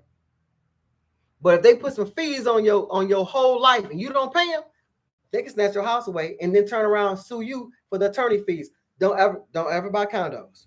I'm just saying. They ain't nothing but a fixed up apartment anyway. If you can't find you something else to do with your money, don't buy condos. I'm just gonna leave it at that. Mm-hmm. Yep, that's right, Nancy. Property taxes are a beast. According to Zom says, I read a book that talked about mortgages. The word mortgage means death contract speaks preach. Any word that has a derivative of MOR in it, it's going to always equal death. The morgue, mortgage, immortal. Any word that has MOR in it, it signifies death, immortality. If you can think of any word with the more in it, let me know. And let me know if it's connected to death. Yep, it does. Sarah says these real estate company here that buys homes to rent. Right, that's another thing. Let's talk about that real quick. So the Section 8 is not going to only affect people who's on Section 8. It's going to affect these investors because they are quick to buy nice homes just to throw real estate, just to throw Section 8 people in the homes. Some real estate investors don't even deal with Section 8. It's too much of a hassle. But that it's going to be an impact on them as well. So I'm glad you brought that up. Yeah. Nico, if I tell you one more time, start making them stupid licky sounds, I'm going to put you out. I can't stand it. He does it when I'm not paying attention to him. I'm going to make you be a dog. You can go outside. I'm going to put you outside. There's a real estate company here that buys homes to rent. Okay, I read that one. Keisha says, Sarah, that's crazy about the data center. Sarah, yep, Keisha. And then according to Zon says true. Then Keisha says, wait, Sparks? Am I saying it? Okay, if they're putting jobs on AI, we are going to need some services from the looks of it. So true. I don't know where we're headed to, guys. Mortician, good. So remember I said a few minutes ago, give me another word that has the first 3 letters of more in it that's connected to death. Mortician. There you go. Keisha says, wow, according to Zom. Yep. Yes, I was shocked. All right. So Keisha says, I wonder how these corporations and real estate investors feel about the president now that their money is going down,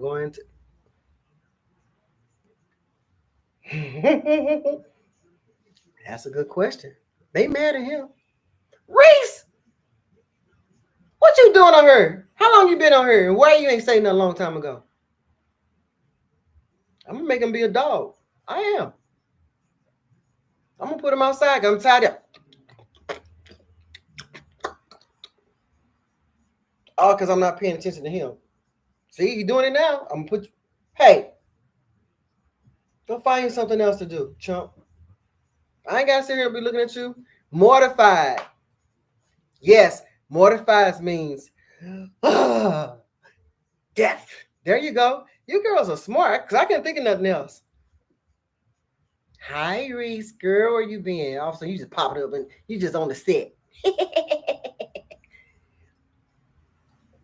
I'm tired of this sound. Yep. Mortality, immortal, mortician, mortified. What's another word that has MOR in it? Let me ask Google right quick.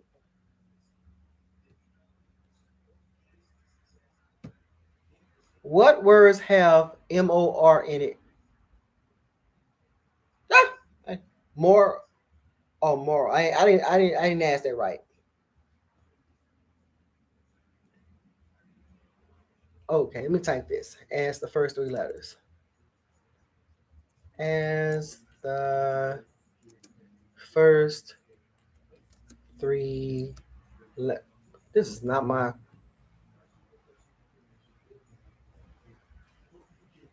What the hell?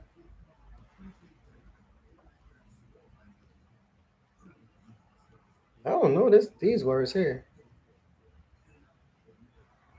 My vocabulary is not that great like that. What is morbius? Morbicious. Guys. That represents death. Why am I on here so long? Guys, I mean hold y'all up this long. The word root. Yep, immortal, immortality, immortalize, mortality, mortgage, mortgager, mortician, and mortification. So, guys, you already said those answers. What words have the root word more? Amoral, demoralize, immoral, morale, moral, morality, mores. Holy smokes.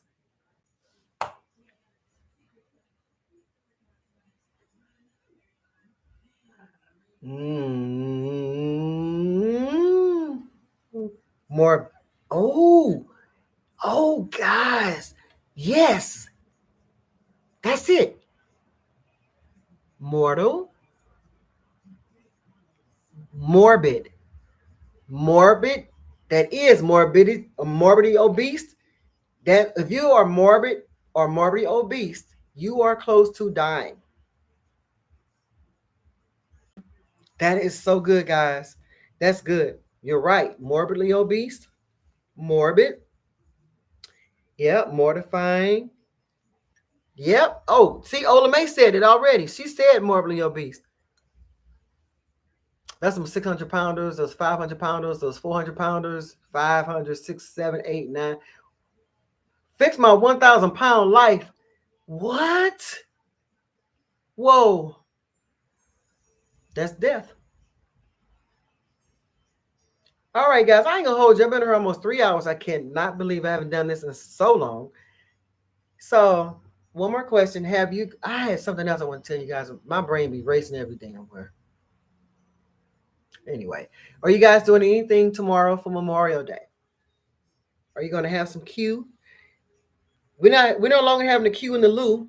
They stopped that.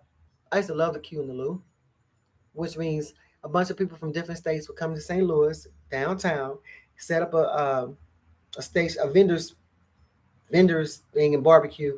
They had some really good barbecue from all across the world. I'm gonna miss it. You guys do anything tomorrow? I'm not. I plan on doing nothing. I feel tired.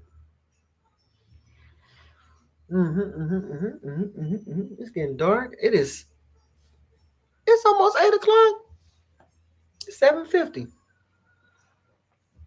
Well, I hope you enjoyed this live stream, guys.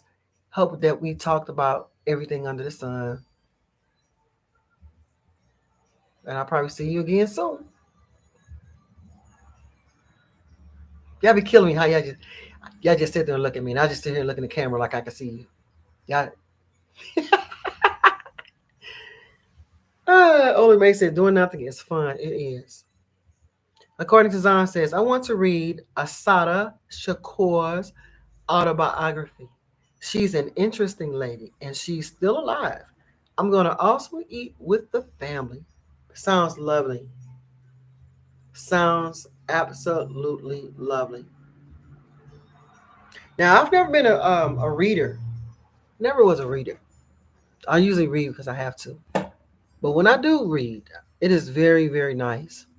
Thank you, Farah. Thank you for saying the live was nice. Yeah, I'm not a really big reader. Sarah says, no, I don't have any special plans. And Happy, Hopeable. Oh, Happy. I'm sorry. Just getting on. That's okay. You guys can always replay back the live if you want to see it. And I got the chat room still available. I didn't know at one point YouTube made you click to say, you want the chat room to replay or not replay? I'm like, why y'all got that like that? So anyway, if you want to go back and look at the live stream and read the chat, it'll be there. But until then, I'm going to get off this phone. I'm going to call y'all. Call y'all real soon. Yes, Sarah, Sarah says, I enjoyed chatting with everyone. Have an amazing week. Sarah, I appreciate your engagement. I appreciate all you girls' engagement. Thank you so much, guys. Y'all made this live stream interesting with your very good points, which kept me talking about stuff. I wish we were all in the room together and have girl talk. Reese says, have a good night. Please give Nico a hug for me. Nico, let's